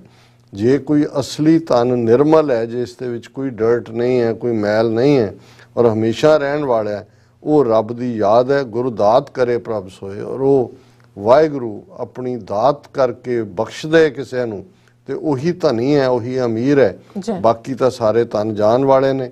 ਔਰ ਜਿਹੜਾ ਦੁਨਿਆਵੀ ਧਨ ਹੈ ਉਹਦੇ ਨਾਲ ਅਸੀਂ ਕੀ ਕਰਦੇ ਹਾਂ, ਵੱਡਾ ਇੱਕ ਮਹਿਲ ਬਣਾਉਂਦੇ ਹਾਂ। ਚਿੱਟੇ ਦਿਸੇ ਧੌਲ ਹਰ, ਬੱਗੇ ਬੰਕ ਦੁਆਰ, ਕਿ ਵੱਡੇ ਵੱਡੇ ਜਿਨ੍ਹਾਂ ਤੇ ਚਿੱਟਾ ਪੇਂਟ ਕੀਤਾ ਹੋਇਆ ਮਹਿਲਾਂ ਦੇ ਵਿੱਚ, ਵੱਡੇ ਵੱਡੇ ਜਿਹੜੇ ਸੋਹਣੇ ਉਹਨਾਂ ਦੇ ਦਰਵਾਜ਼ੇ ਜਿਹੜੇ ਕਿ ਬਿਲਕੁਲ ਮੈਚਿੰਗ ਪੇਂਟ ਕੀਤੇ ਹੋਏ ਨੇ, ਵਾਈਟ ਵਾਸ਼ ਕੀਤੇ ਹੋਏ ਨੇ, ਖੂਬਸੂਰਤ। ਕਰ ਮਨ ਖੁਸ਼ੀ ਉਸਾਰਿਆ, ਦੂਜੇ ਹੇਤ ਪਿਆਰ, ਕਿ ਇਹਨਾਂ ਨੂੰ ਬੜੀ ਮਨ ਦੀ ਖੁਸ਼ੀ ਲਈ ਅਸੀਂ ਉਸਾਰਦੇ ਹਾਂ, ਕਿਉਂਕਿ ਦੁਨੀਆ 'ਚ ਦਿਖਾਣਾ ਵੀ ਹੁੰਦਾ ਵੀ ਅਸੀਂ ਧਨੀ ਹੈ, ਔਰ ਅਸੀਂ ਜਿਹੜਾ ਮਾਇਆ ਦੇ ਨਾਲ ਆਪਣਾ ਹਿੱਤ ਚਿੱਤ ਵੀ ਲਾਇਆ ਹੋਇਆ। ਤੇ ਪਰ ਅੰਦਰ ਖਾਲੀ ਪ੍ਰੇਮ ਬਿਨ, ਢਹਿ ਢੇਰੀ ਤਨ ਛਾਰ, ਪਰ ਅੰਦਰ ਤਨ ਦੇ ਜਿਹੜਾ ਮਨ ਹੈ ਉਹ ਤਾਂ ਉਸ ਰੱਬ ਦੇ ਪਿਆਰ ਤੋਂ ਸਖਣਾ। ਤੇ ਜਿਸ ਤਨ ਦੇ ਅੰਦਰ ਇਹ ਅਸੀਂ ਦੂਸਰੀ ਖੁਸ਼ੀ ਲਈ ਇਹ ਸਾਰਾ ਜਿਹੜਾ ਆਪਣਾ ਪੋਪ ਲੀਲਾ ਕਰਦੇ ਹਾਂ, ਉਸ ਤਨ ਨੇ ਤਾਂ ਅਲਟੀਮੇਟਲੀ ਸੁਆਹ ਹੋ ਜਾਣਾ ਹੈ, ਉਸਨੇ ਤਾਂ ਜਿਹੜਾ ਐਸ਼ਿਸ਼ ਬਦਲ ਜਾਣਾ ਹੈ। ਰਾਮ ਨਾਮ ਤਨ ਨਿਰਮਲੋ, ਜੋ ਦੇਵੈ ਦੇਵਨਹਾਰ, ਆਗਿਆ ਪੂਛਣਾ ਹੋਵੇ ਜਿਸ ਬੇਲੀ ਗੁਰ ਕਰਤਾਰ, ਆਪ ਛਡਾਏ ਛੁੱਟੀ ਹੈ ਆਪੇ ਬਖਸ਼ਣਹਾਰ। ਕਿ ਇੱਕੋ ਹੀ ਉਸ ਰਮੇ ਹੋਏ ਵਾਹਿਗੁਰੂ ਦੀ ਯਾਦ ਦਾ ਧਨ ਜਿਹੜਾ ਨਿਰਮਲ ਹੈ, ਇਹ ਵਾਹਿਗੁਰੂ ਟੁੱਟ ਕੇ ਜੇ ਬਖਸ਼ੇ ਤੇ ਜੇ ਇਹ ਧਨ ਕੋਲ ਹੋਏ ਤੇ ਅੱਗੇ ਕੋਈ ਲੇਖਾ ਨਹੀਂ ਪੁੱਛੇਗਾ, ਕਿਉਂਕਿ ਗੁਰੂ ਔਰ ਕਰਤਾਰ ਰੱਬ ਤੁਹਾਡਾ ਬੇਲੀ ਹੈ, ਰੱਬ ਤੁਹਾਡਾ ਮਿੱਤਰ ਹੈ। ਸੁਣ ਯਾਰ ਹਮਾਰੇ ਸੱਜਣ ਹੈ, ਮਿੱਤਰ ਹੈ, ਆਪ ਛਡਾਏ ਛੁੱਟੀਆ ਆਪੇ ਬਖਸ਼ਣਹਾਰ। ਜੇ ਵਾਹਿਗੁਰੂ ਦੀ ਬਖਸ਼ਿਸ਼ ਹੋਏ ਫੇਰ ਹੀ ਮਾਇਆ ਦੇ ਮੋਹ ਤੋਂ ਛੁਟਕਾਰਾ ਹੁੰਦਾ, ਆਪ ਹੀ ਉਹ ਬਖਸ਼ਣਹਾਰ ਹੈ। ਮਨਮੁਖ ਜਾਣੇ ਆਪਣੇ ਧੀਆਂ ਪੂਤ ਸੰਜੋਗ, ਨਾਰੀ ਦੇਖ ਵਿਗਾਸੀ ਹੈ, ਨਾਲੇ ਹਰਕ ਸੋ ਸੋਗ। ਗੁਰਮੁਖ ਸ਼ਬਦ ਰੰਗਾਵਲੇ, ਅਹਨਸ ਹਰ ਰਸ ਭੋਗ।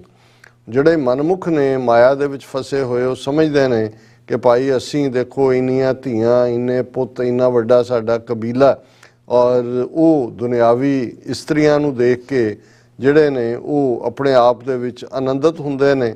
ਔਰ ਕਿਉਂਕਿ ਉਹ ਦੁਨੀਆ ਦੇ ਹਰਖ ਔਰ ਸੋਗ, ਕਿਉਂਕਿ ਕੋਈ ਐਕਟ ਤੁਹਾਨੂੰ ਖੁਸ਼ੀ ਦਿੰਦਾ ਹੈ ਤੇ ਕੋਈ ਸੋਗ ਦਿੰਦਾ ਹੈ, ਤੇ ਤੁਸੀਂ ਹਰਖ ਔਰ ਸੋਗ ਵਿੱਚ ਫਸ ਜਾਂਦੇ ਹੋ।